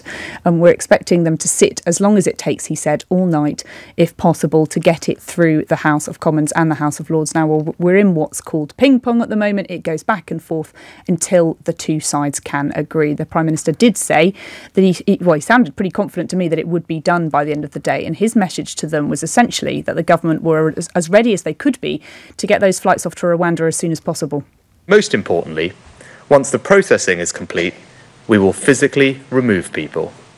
And to do that, I can confirm that we've put an airfield on standby, booked commercial charter planes for specific slots, and we have 500 highly trained individuals ready to escort illegal migrants all the way to Rwanda, with 300 more trained in the coming weeks. This is one of the most complex operational endeavours the Home Office has carried out. But we are ready, plans are in place, and these flights will go come what may. He also admitted that he would miss his own self-imposed deadline for those flights to take off in the spring, as he's promised before, and now admits that it won't happen for another 10 to 12 weeks, so we're looking at July. The first flight will leave in 10 to 12 weeks. Now, of course, that is later than we wanted, but we have always been clear that processing will take time, and if Labour peers had not spent weeks holding up the bill in the House of Lords to try to block these flights altogether, we would have begun this process weeks ago.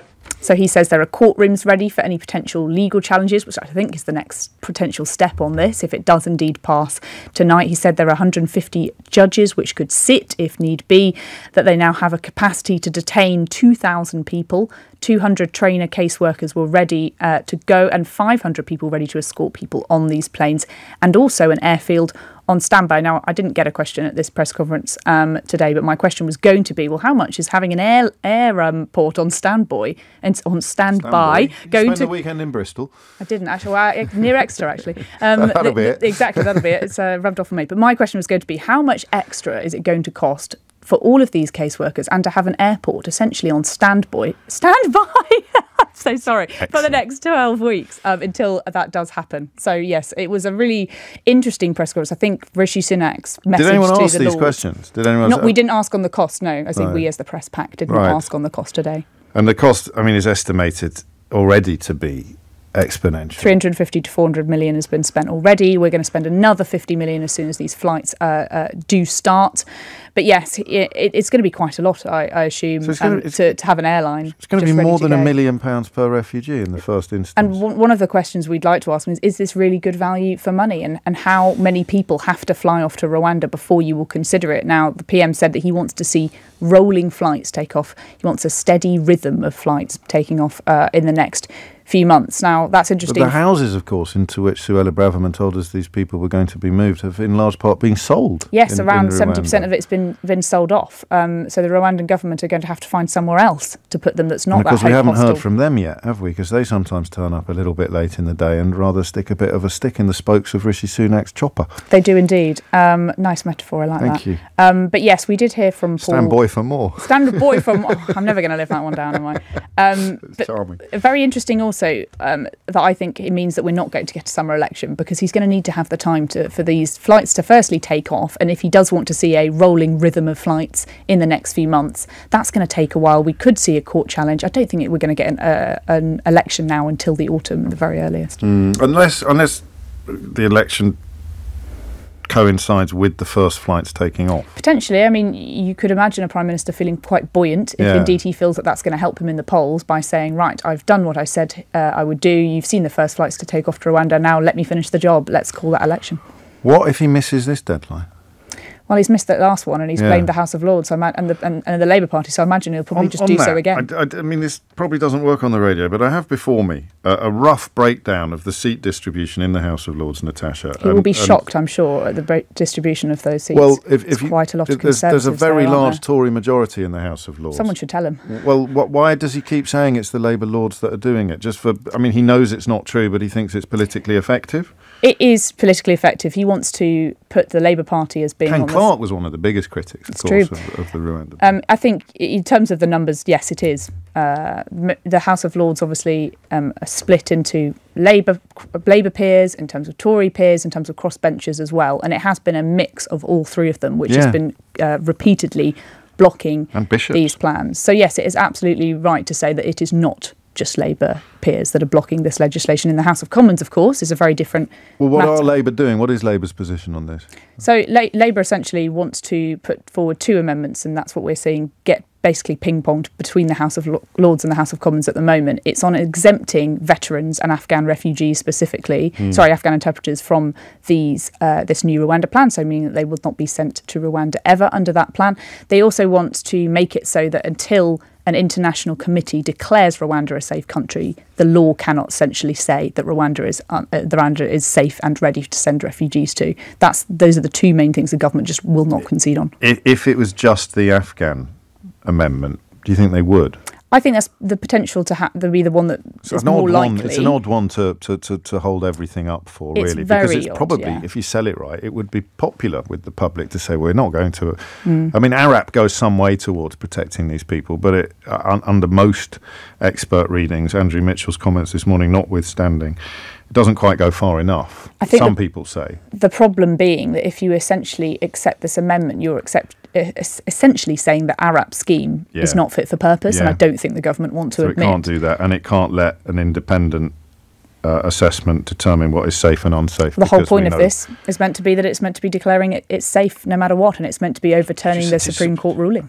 Safe no matter what, Yep. by which you mean safe no matter how unsafe it is shown to be. Yep. That's not semantics. That's what this law will say, that Rwanda is a safe country the eyes of the UK. Even if it catches fire tomorrow, if it changes. Even if 47 volcanoes erupt in the overnight, it will still be safe to send people there. Even if it turns into a hotbed of civil war and then it will still be safe. That's what I don't think people fully appreciate the strength of this legislation. It would literally say if Rwanda was in flames, it would still be a safe place to which to send.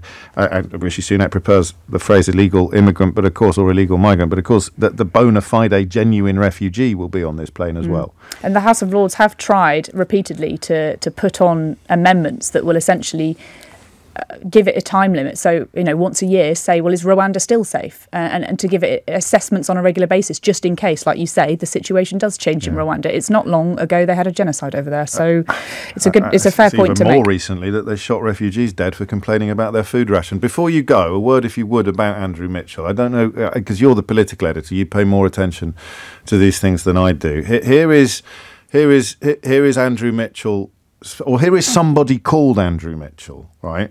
Speaking to Nick Ferrari this morning, so that would be April 2024. So I'm going straight after this to a meeting of the Illegal Migration Committee in Number 10 to look at the plans once the bill hopefully is through today. And then the Prime Minister will be holding a press conference to set out some of those plans. But it is time that the Lords accept the will of the elected House, the House of Commons. They've made their points. The House of Commons has reiterated that we want the bill to go through in its current state. It's got virtually unanimous support within the Tory party and actually within the country. And there's another chap with the same name.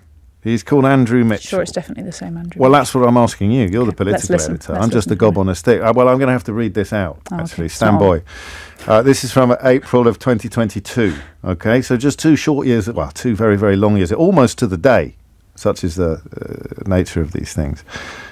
Someone called Andrew Mitchell, described as the MP for Sutton Coldfield and a former international development secretary. So some clues there. Like the same person. So he wrote in 2022, the Rwanda solution is impractical, likely to be ineffective, and above all extremely expensive. It is a myth that those crossing the channel and taking appalling risks in leaky boats are African economic migrants looking for a cushy new life. If only that were true. The new plan to cart them off to Central Africa makes no distinction between those fleeing persecution and economic migrants seeking to come here when they are not welcome. Those are very different statements, aren't they, James? Has anything changed as far as we're aware? Something really big that's changed since Andrew Mitchell made those comments. So do we do this now, or do we come back after the break? I think many of our listeners should be able to really find out the answer to that. Go on then. You want me to tell you? Well, it's that he's gone back into government. That's what happens when you come back into government. You have to essentially put all of the thoughts that you put before into the bin, and whatever the government says. About which you felt strongly enough to write an article for Conservative Home. Yep, Andrew Mitchell's opposition to the Rwanda policy is very well known, very well documented, and yet he has been forced to essentially eat his words and say it's a wonderful thing, because that is the beauty, the joy of collective cabinet responsibility, so that people like me in the media don't pick up and go, why is one of your cabinet saying one thing and one of your cabinet saying the other? It's 11:47. James O'Brien on LBC. It is 11:51 and you are listening to James O'Brien on LBC, where I guess we're just in that slightly weird space, aren't we, which we've been in many ways since 2016. Do your feelings matter? Of course your feelings matter, and your feelings may well inform your vote in an election, or even in perhaps a referendum. Your feelings matter. Do your feelings have any basis in fact? Well, that's irrelevant to the question of whether or not your feelings matter. You can believe something that is demonstrably not true, and you can act accordingly.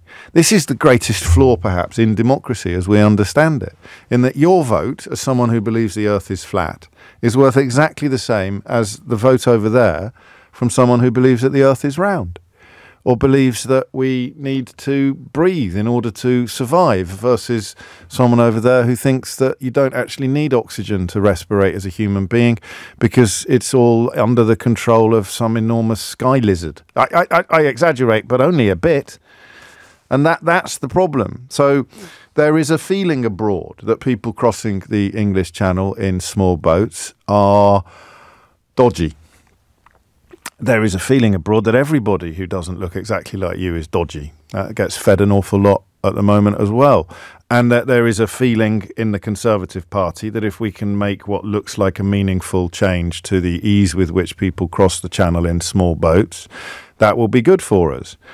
But even if we can't make a meaningful change, the more performatively cruel we can be to the people who are doing it, the better that will play to the feelings of the people over there. Which brings us back to the first line of this, which was, do your feelings matter? Of course they do. And these feelings are probably based in fact. Here are some refugees. We're going to treat them appallingly. How do you feel about that? Bloody fantastic, James. They've got my vote. I was flirting with the idea of going with Farage's lot, but I'm all in now. I'm back with the Tories, back where I belong. All that sovereignty. I'm drunk on sovereignty. We took back control of our laws. And you did what again? So how come you can't? We took... Yeah, stop asking me to explain things, James. You can prove anything with facts.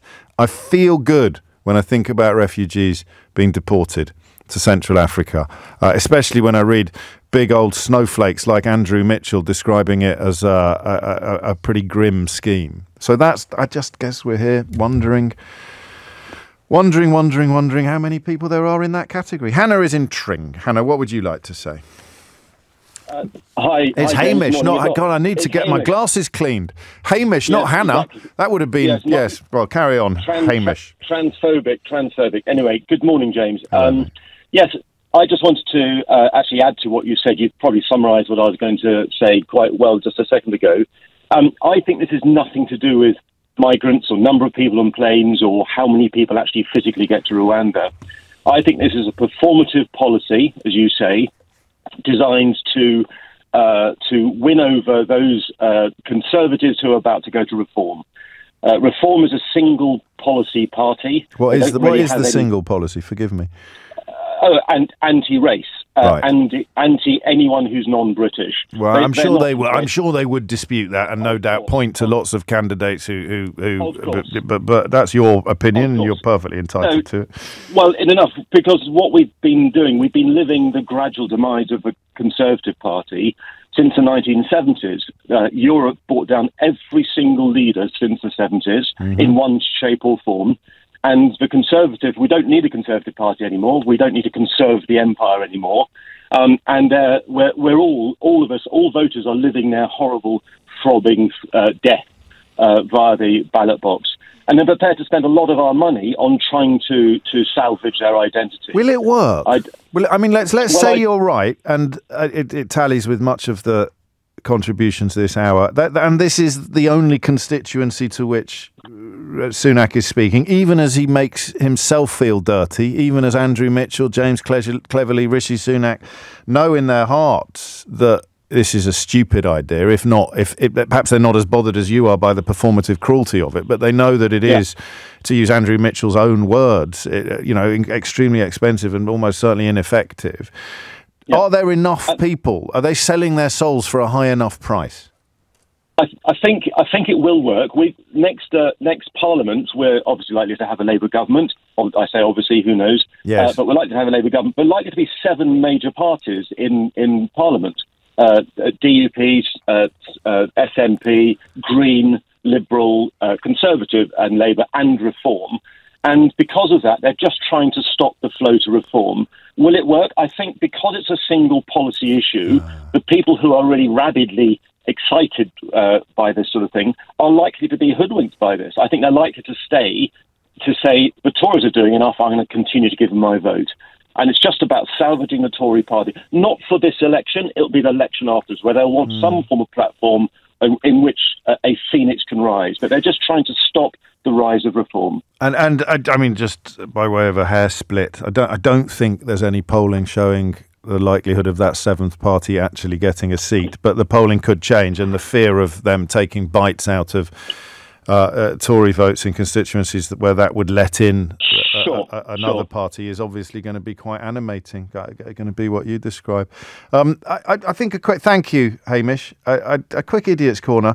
So John is still texting me, making point. I don't mean John is still texting me. I don't know whether he's ever texted me before, but John is still labouring under the illusion that if you are coming here from France, then you're not a refugee.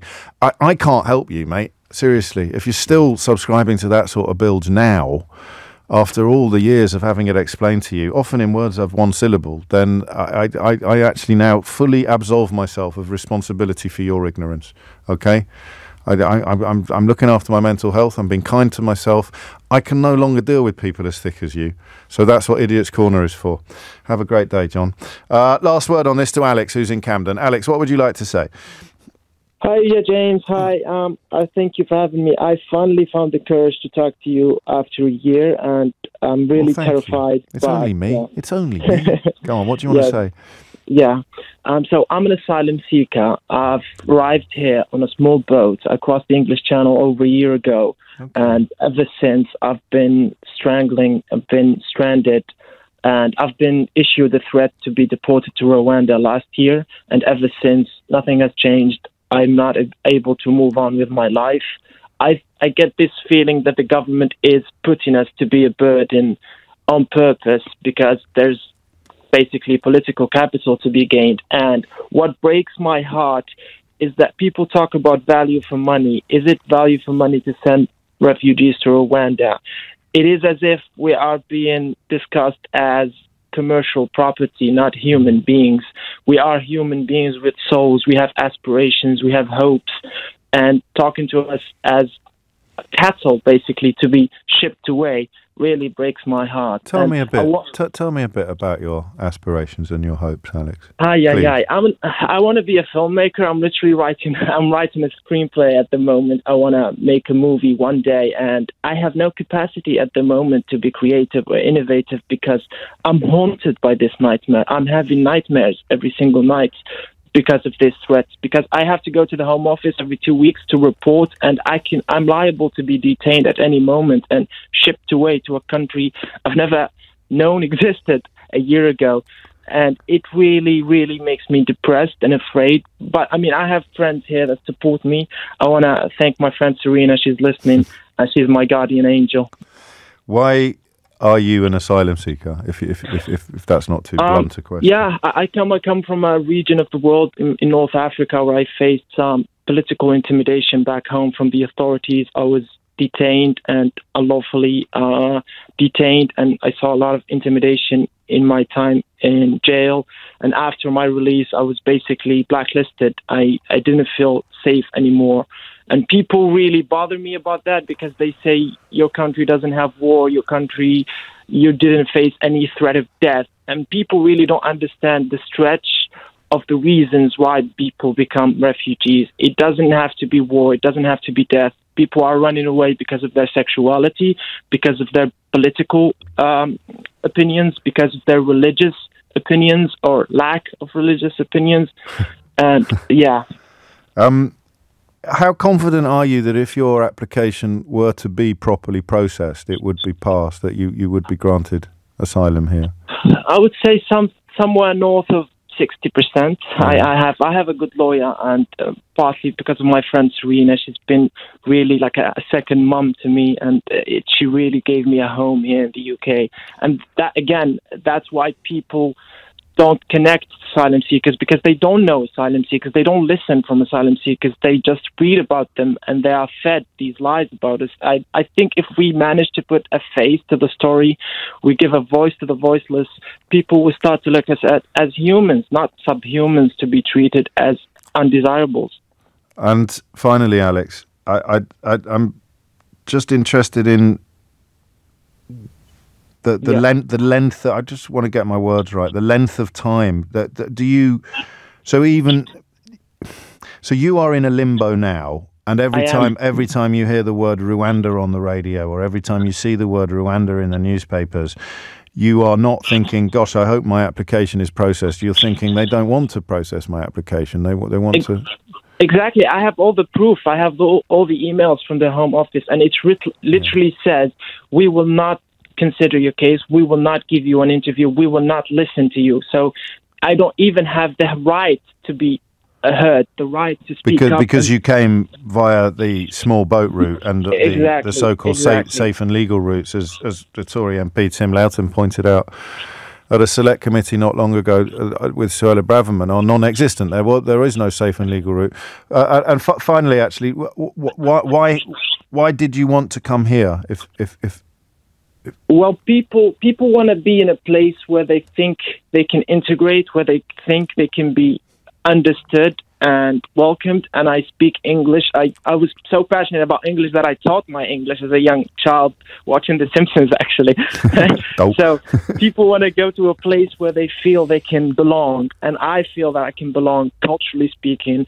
And I felt that the UK is a safe haven, but I think that dream is being shattered by every single minute. Well, I wish you well, Alex, and you know that not everybody is like the kind of or the possessors of the kind of views and the kind of opinions that. Well, you know that because you listen to this program. But I do wish you well, and I hope that this weird nightmare, because you are the human beings that they are using as what you describe as political capital. They really are. They're denying your humanity in a sense in order to win over the votes of the kind of people that we've been examining and describing with previous callers. Thank you, mate. It is 4 minutes after 12. You're listening to James O'Brien on LBC. James O'Brien on LBC. 7 minutes after 12 is the time. I've got a weird one now because I think I used to steer clear of this subject. I know I've done it a few times in the past, but I've begun to reach a point where I thought it was pointless. I've explained this to you already, so forgive me for repetition.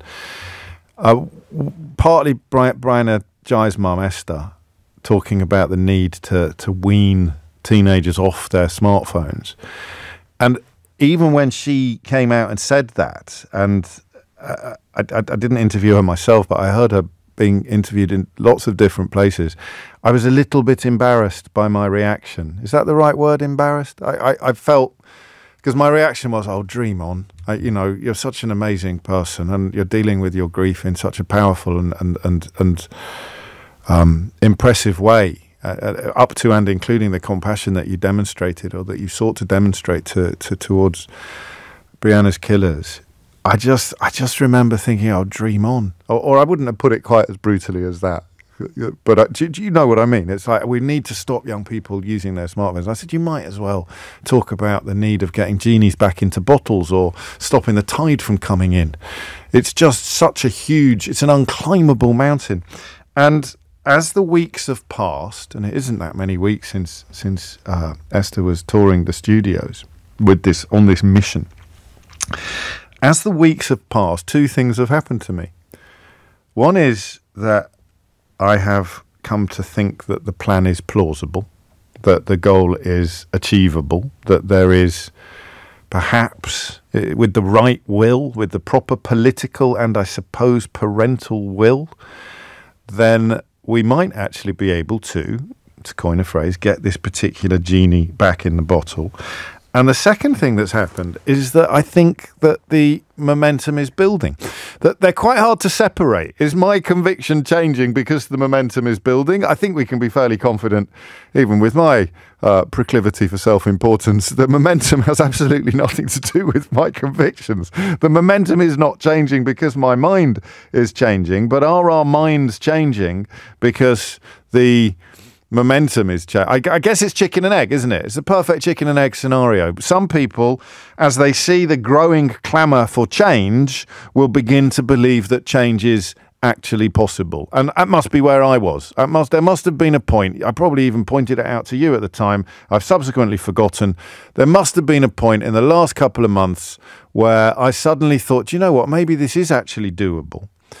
And the stories then begin to gather pace. You get a sort of snowballing effect. So momentum is not just speed, it's also size. And the snowballing effect today reaches a head teacher in West London, an outstanding school, the head teacher of a school rated as outstanding, who is sort of trying to introduce what would once have been called cold turkey with regard to the phones.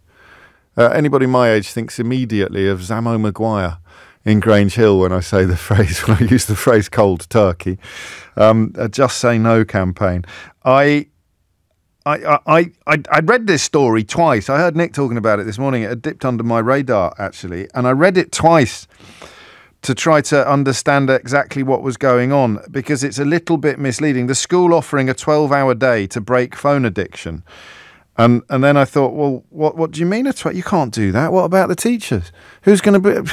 And then I realised what he's actually trying to do is snap the relationship between the child and the phone.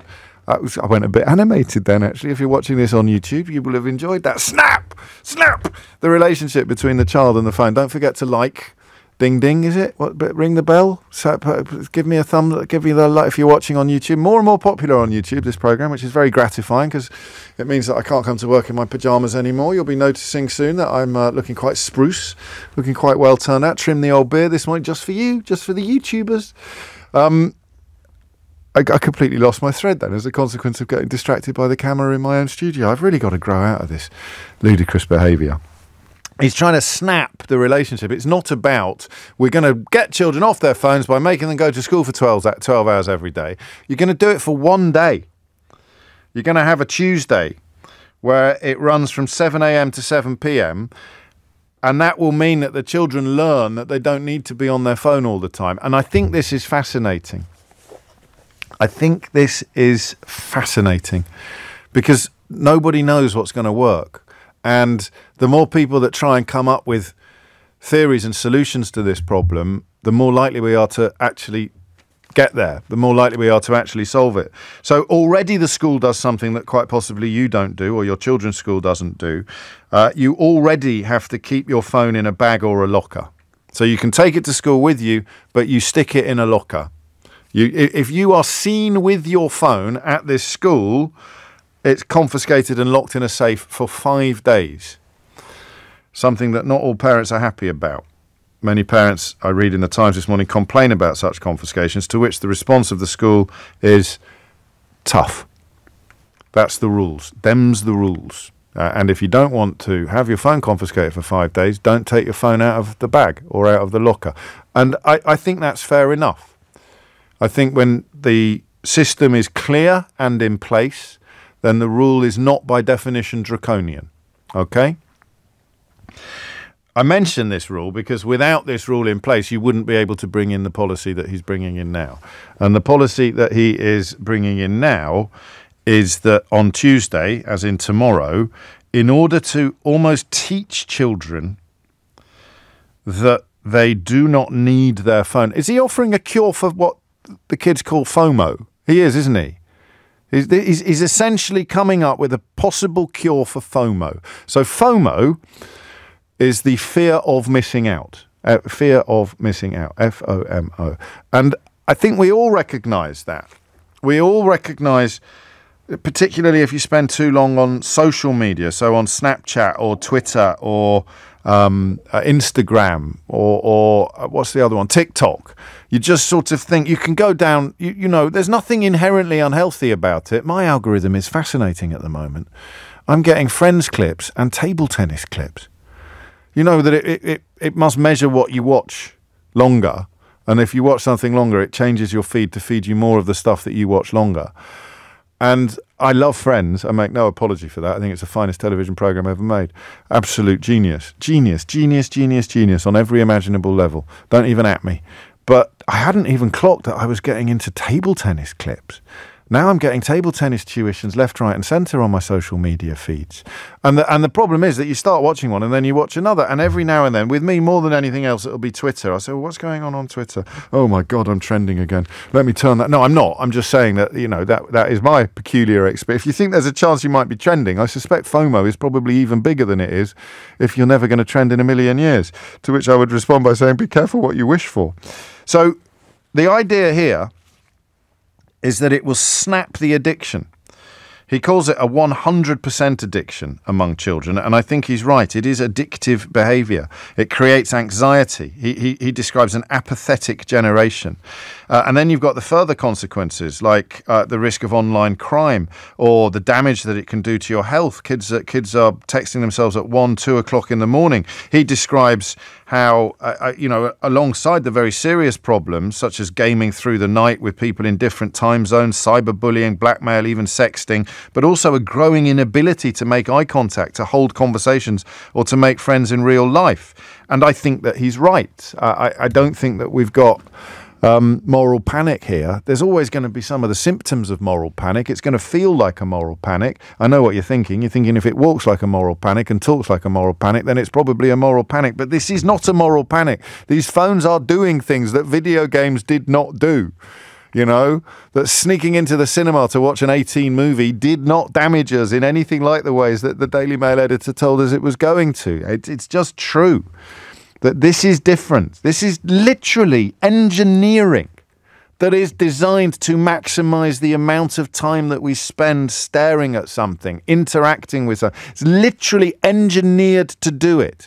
And it's in our pocket 24/7. There are hardly any circumstances, even if you're driving in traffic and you pull up at a traffic light, there is a voice in your head, there's a craving inside, I better just check that thing. I'm just going to check. It's illegal, but you still do it.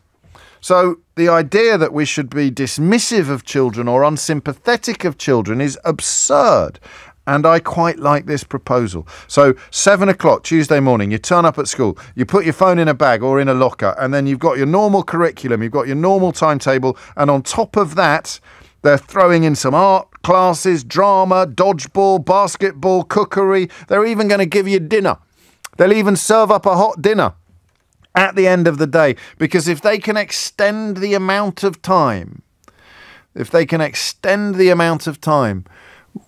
during which a child is not able to access their phone, then you get the possibility of snapping this addiction. And I think it's a wonderful idea. I really do. The question, of course, is twofold. Will it work? 03456060973. Will it work? But the more interesting question, perhaps, is how did you snap yours? I love the idea of someone just tuning in now, having no idea what we're talking about. Let's not give it away yet. Someone's just tuned in, 12:18. So there's a bloke on the radio. He wants to know how I snapped mine. I don't know what he's talking about. I'll try and work it out. So you know that your relationship with it is not healthy.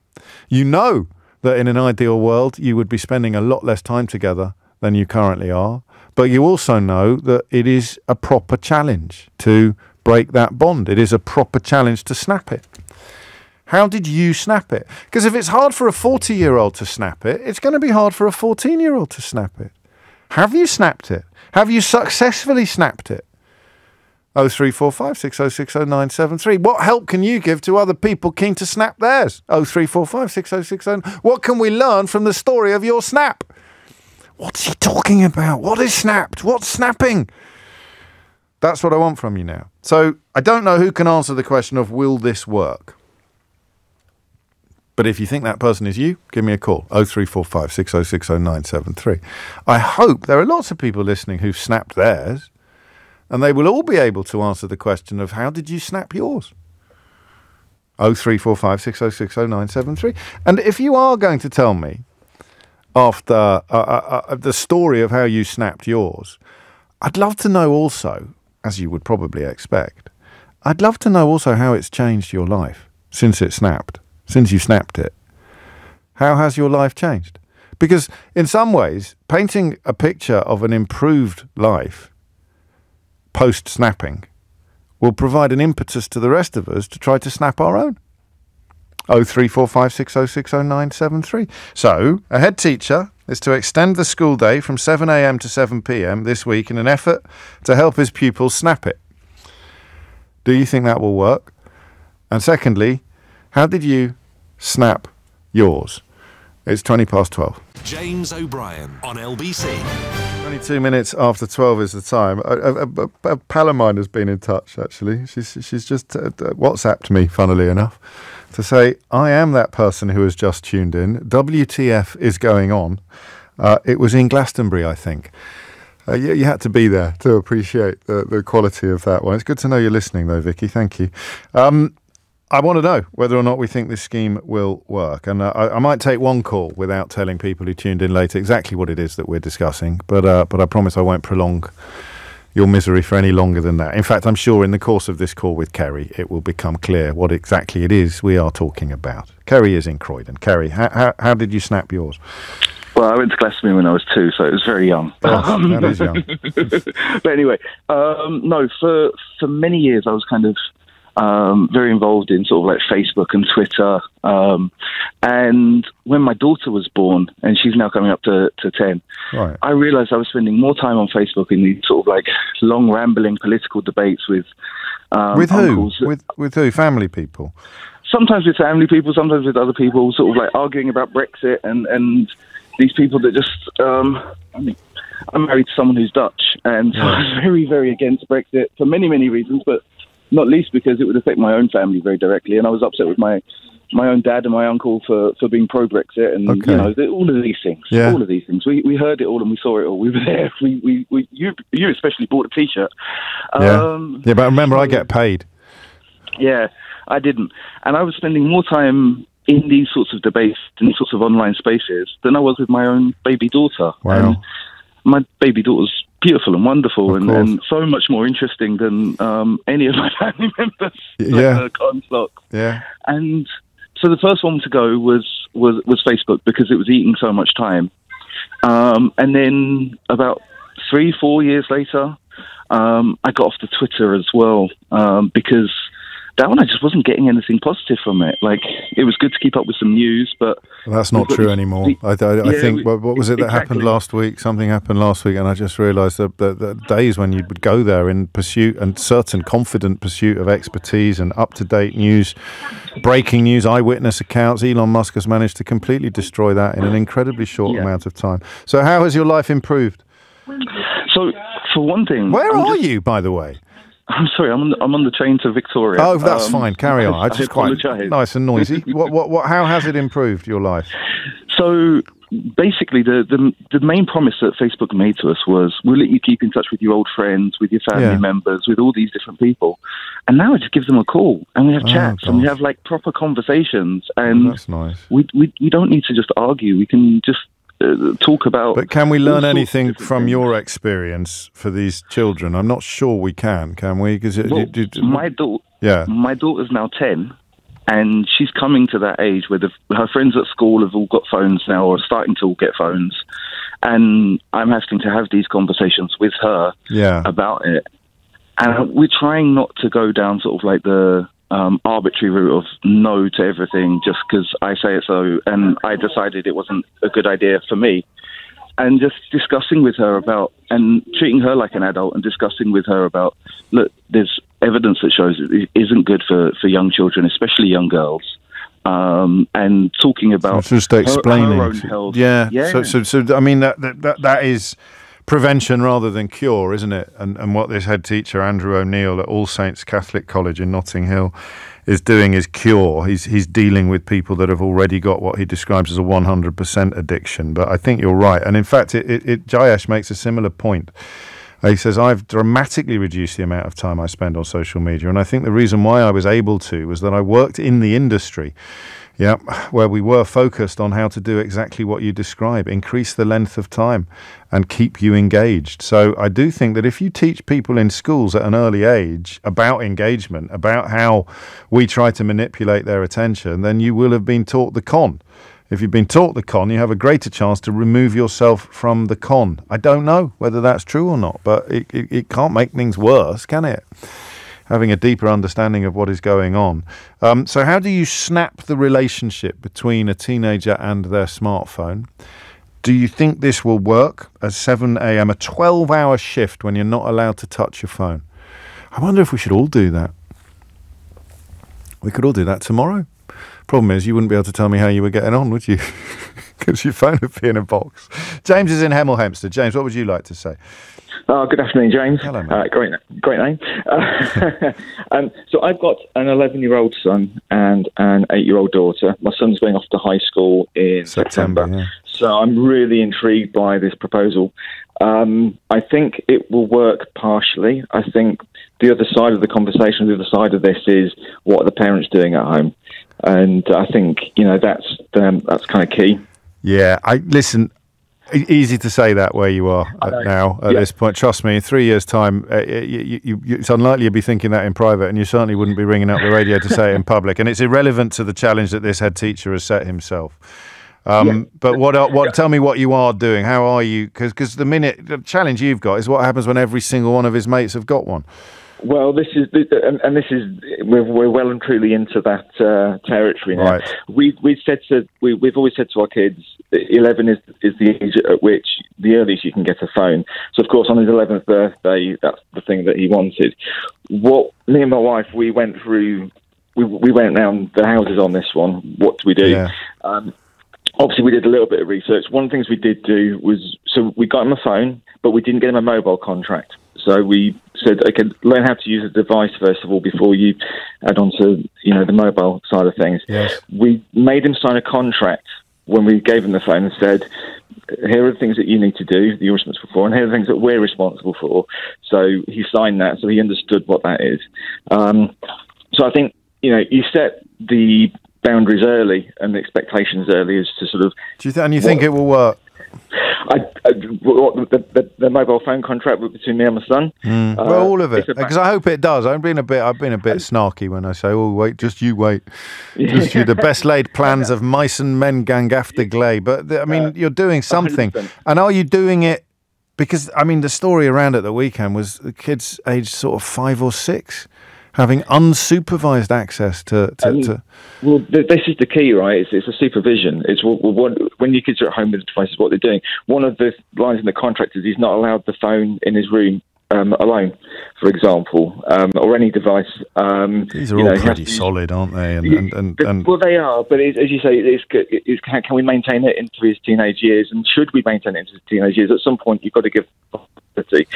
So I suspect if you're an outlier now by being on top of this, I suspect that in a couple of years, perhaps by the time your daughter is his age, I don't think you'll be an outlier anymore. I just sense the oil tanker turning around, and considering I was adamant that it was absolutely impossible to turn it around, I do find myself surprised to be saying this out loud. I could be wrong, of course. The oil tanker might turn out to be stubborn, and the effort that's put into keeping people or tempting them in. And, of course, for every James, there's someone out there who's got an 8-year-old who's already got a smartphone, and that was the story around at the weekend. But I wonder whether, actually, in order to recognise the damage it's going to do to our children, we need to better recognise the damage it's doing to us, which brings us back to snapping. How do you snap? How did you snap your relationship with your smartphone? Thank you, James. Take care. Tim Humphries here now with your headlines. James O'Brien on LBC. 12:34. You're listening to James O'Brien on LBC. So a little bit of self-promotion. It wouldn't be the James O'Brien experience without a little bit of self-promotion. I'm in Glasgow on the 17th of May, the I Write Festival, which is a splendid event and looked to be under mortal threat as a consequence of council funding cuts.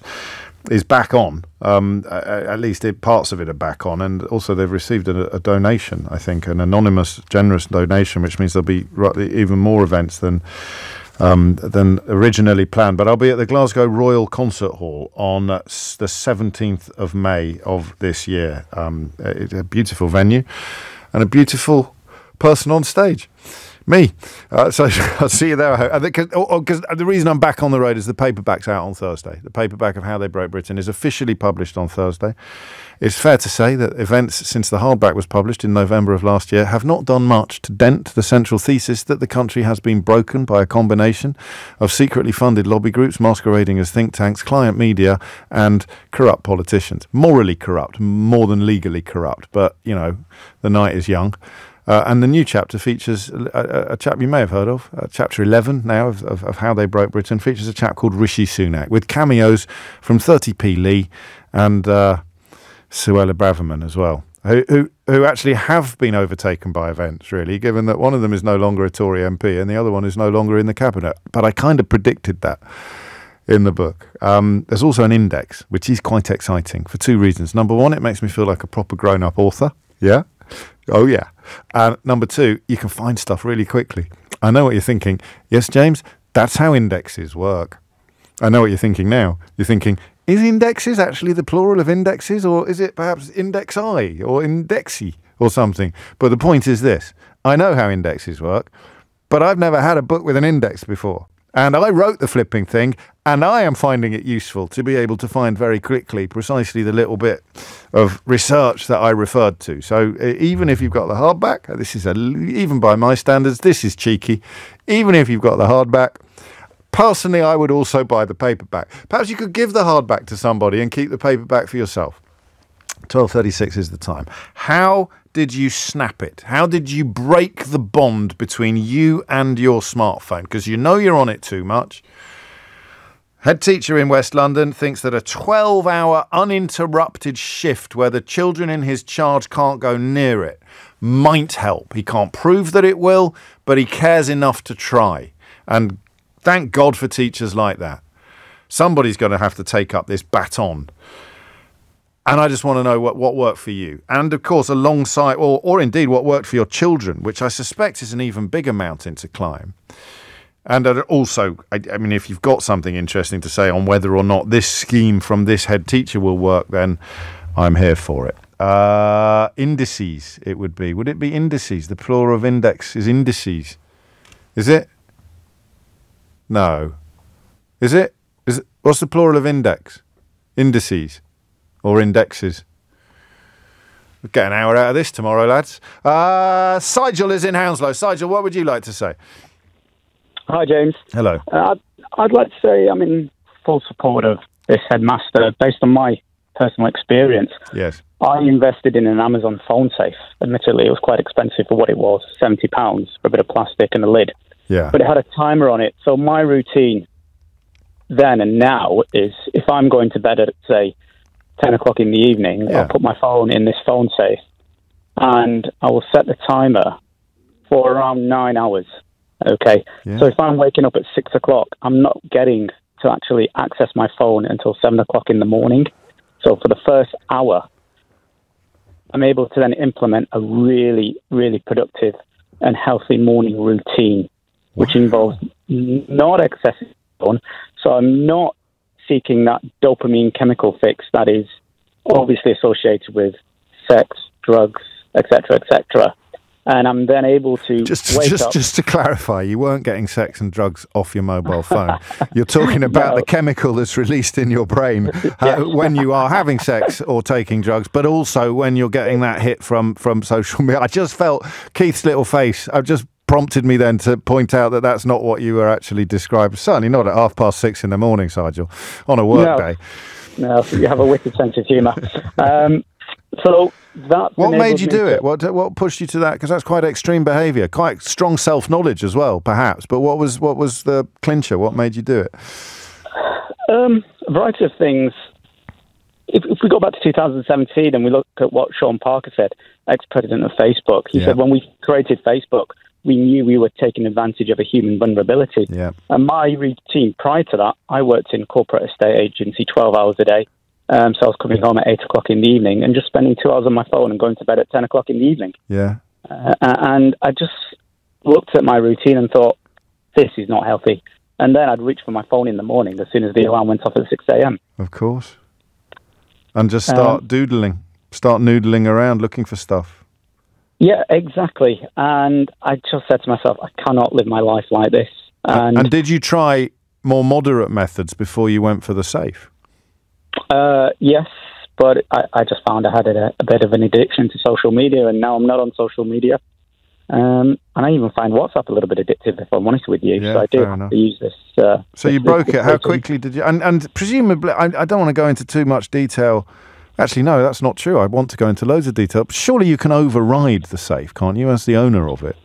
I can't. It's time safe. So apart from getting a chainsaw, and actually smashing it open, that is it. Once you've closed the door, that timer is completely hack-proof. Yeah, exactly. Exactly. I physically can't get into the safe. And for anyone who's listening out there are cheaper versions now around. Well, you didn't tell us how much yours cost, so don't worry about that. Okay. I think that's brilliant. It's a bit like what the teacher's doing, isn't it, actually?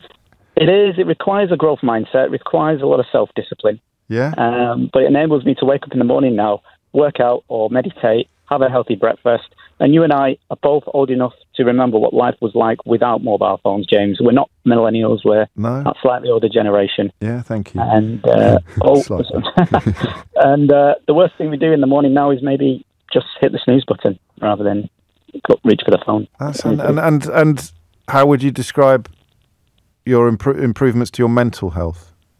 It's been really good, really good. And my emotional health too, and my spiritual health. Because the head teacher talks about anxiety and various other, and we don't notice that happening. And even if we notice it happening, we're probably not immediately going to attribute it to our phones. And yet there it is, that sense of, I mean, you can call it FOMO, which is probably a bit of a euphemism, isn't it? It makes it sound quite funny. But this idea that there's something really, really important unfolding a hand reach away. And there isn't. And the only way you can prove to yourself that there isn't is by weaning yourself off, by going cold turkey overnight. It's worked for me. It may not work for everyone. No, I love this. And you did mention the price of it. I've got all sorts of pedants now pinging me with £70. Yeah. So you can get cheaper ones. But my goodness me. The cheaper, smaller versions are for around £30 now. Priceless for you. You can't put a price on your mental health. You can't put a price on your and in some ways you can't put a price on your time. And the time that you've wasted, it doesn't mean you're going to be doing something productive. As Sigel said, you might just press snooze and go back to sleep. But that's better for you than getting straight onto TikTok or go. Wow, I love that. That's self-prescribed safe. I could see a mum buying a safe for a child and saying, right, we're putting it in the safe until the morning. But to do it, that is absolutely fascinating. Is anyone else tempted to try that?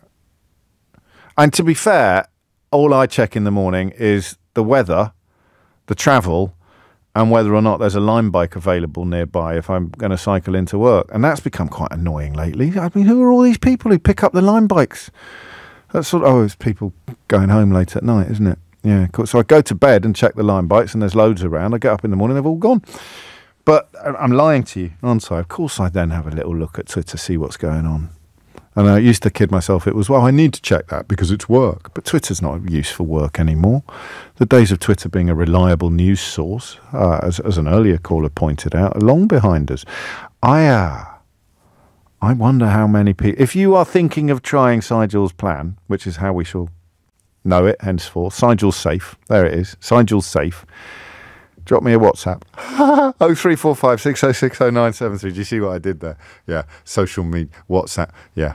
I take a break actually and come to Vanessa first because I don't want to squeeze you into the small amount of time available. So listen, I'm not being funny when I say send me a WhatsApp. I'm saying I'm just interested to know whether Sigel's little suggestion there, which took me completely by surprise, has actually resonated with you as much as it's resonated with me. The timer on it. It's not just the safe. One of mine actually wanted a safe, tried it with the safe, but you can change your mind. That's why the idea of the timer being there is fantastic. How many people are listening to Sigel and thinking, do you know what, I might have a little look at it, I might give one of those a bit of a whirl. I might check it out myself now, actually, while you do this. James O'Brien on LBC. It is 12:48 and you are listening to James O'Brien on LBC. A lot of people doing this. I have a safe with a timer. My 3 teenagers hand them in before bed, get them back after breakfast. It's Perspex with a timer and even has a little gap so you can charge your tech overnight. It's the best thing we've ever bought, says Felicity. My friend Scott, there's always one, isn't there, has been in touch to say, what if, you can sort of hear the tone of voice in a text like this one. What if, though, your house suddenly starts burning down in the middle of the night? Eh? Can you not call the fire brigade until after 9 a.m? I'm pretty sure he's thought of that, Scott. Old Sigel, he sounds clever enough to be... still got a landline in the house. And you can't use your landline to go on apps and what have you. Quite a lot of people looking for this. Quite a lot of people drawn to this. And listen, you can send me a snarky message saying, alternatively, you could just have some self-discipline. But that's the whole point, isn't it? But using a safe involves self-discipline. They're just different flavours of self-discipline. If you had enough self-discipline not to use your phone, you wouldn't be listening with interest to a phone-in on the radio about snapping the relationship between smartphones and their users. Unless you've managed to get to 12:49 without realising that you shouldn't be listening to this conversation because you've got so much self-discipline it doesn't even apply to you. In which case, who's the mug now, eh? Who's the mug now? You are, for listening to a programme about people who haven't got self-discipline while sitting there congratulating yourself on having so much self-discipline. I would need a safe. Vanessa's in Wood Green. Vanessa, what would you like to say? Hi. Hello. So I would just like to say that how I sort of like improved my situation. Snapped it is the phrase that we're using. How I snapped it.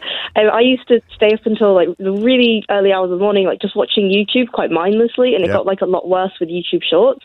I turned off the history tracking on the YouTube app and like on when you do it mobile as well. Yes. Sorry, like a desktop. And because when you take away the history tracking, the algorithm stops learning about you, and then it presents.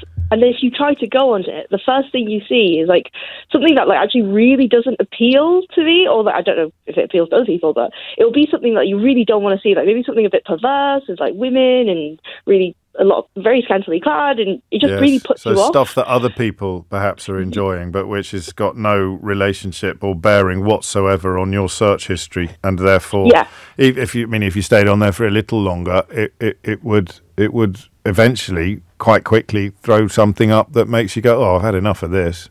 I've got better things to do. And that works. That's really good. That's really solid, actually.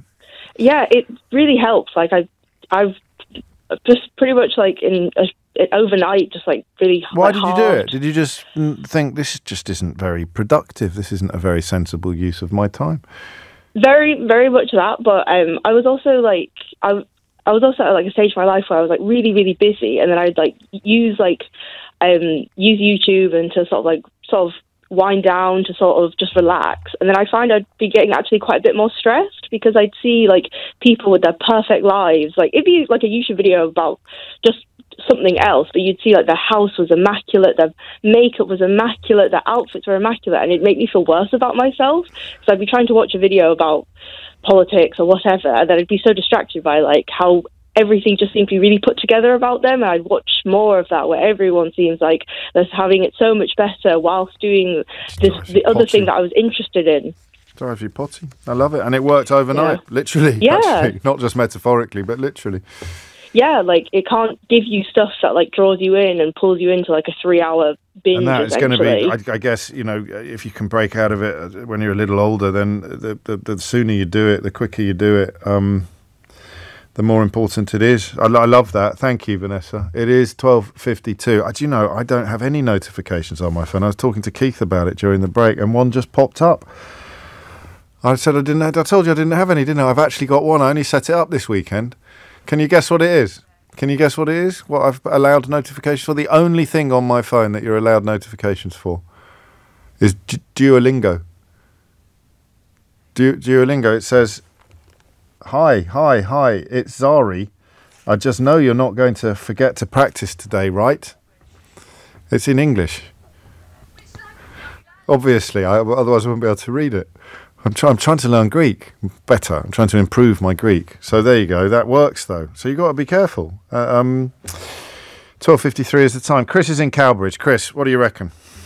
Hi, James. Good to talk to you. By the way, I have to say I am a massive fanboy of your books. You don't have to say it, but it's very nice that you did. Hey, thank you. Yeah, carry on. But I've done the audio. I've got the hardback, and I've got your paperback coming out. I've done the whole lot. Thank you, mate. I'm keeping your family in shoes. You are, all of them. The purpose of my call, 2 years ago, I quit all social media, apart from LinkedIn because I have it for work, but I basically deleted everything. I'm very much in the industry, like I think one of your texters said. I use the data in my work as part of social media campaigns to basically market products and to basically keep people engaging with content. Yeah. It's part of the business, and it's what clients pay for. They look for paying for more engagement with their products, to tell a story about their products and blah, de, blah, de, blah. Anyway, about 2 years ago, I was getting disenfranchised with the whole way that it's used. And I saw Sheila Fogarty talked about a documentary called The Great Hack. I watched that, and it's a story of Cambridge Analytica and how it affected Brexit, which I know is not something you know a lot about.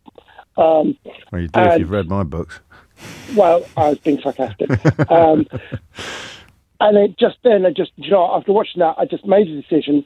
I gave notice two weeks to everybody. Hang on, how did you? So did you change job then, or did you somehow manage to still do it for work, but you weaned yourself off it in your personal life? I have a moral dilemma. It's part of what basically pays the bills, but personally, I think. So, well, yeah, you've got a moral dilemma. What was the other documentary called, where all of the Silicon Valley broskies were saying, "I wouldn't let my own children anywhere near it, but my entire fortune is built upon making sure that your children are." So that's just, you're a smaller version of that. You mean, look, mate, we all got to earn a living, and that's fine. It's not your job to regulate the sector. It's the job of government and politicians. I saw that, and I just thought this is like a blessing that's become a curse, a bit like TV and the car and what have you, an aeroplane. And I actually have changed my job where I don't actually deal with social media, because I just think it's.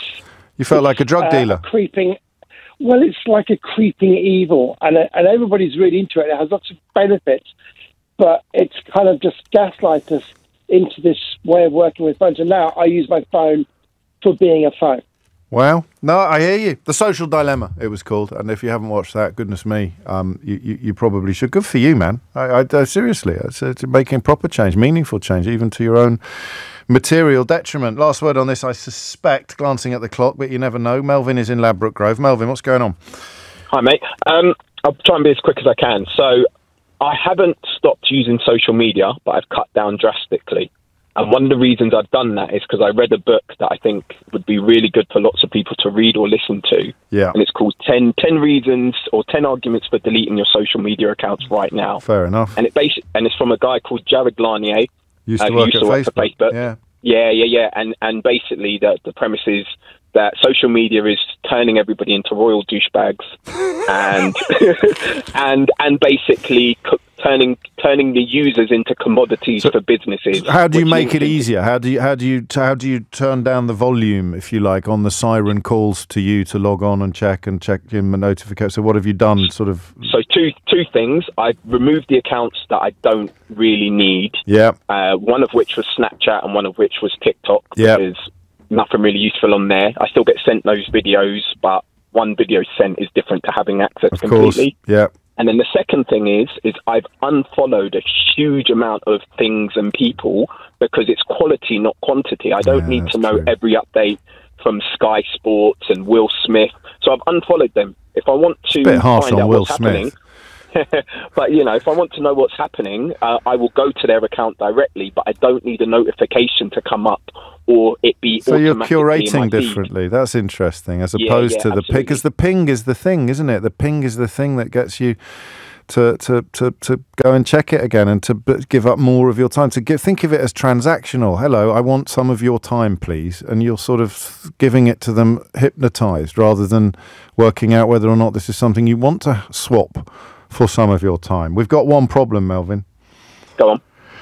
What if you need $5,000 to pay off some bad people and need to call a 78-year-old colleague in the middle of the night?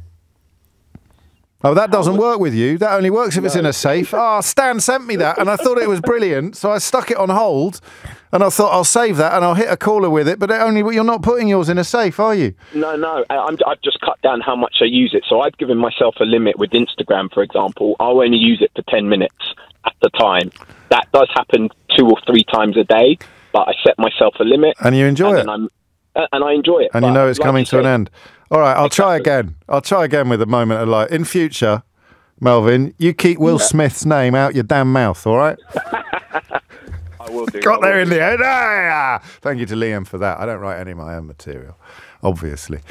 That's what AI is for. That's it from me for another day. Thank you to everybody who contributed to the programme. If you missed any of it, don't forget that you can listen back on Catch Up on Global Player, or you can watch it. It's not live on YouTube. Every time I mention that you can watch me on YouTube, someone goes, I can't find it. It's not live on YouTube.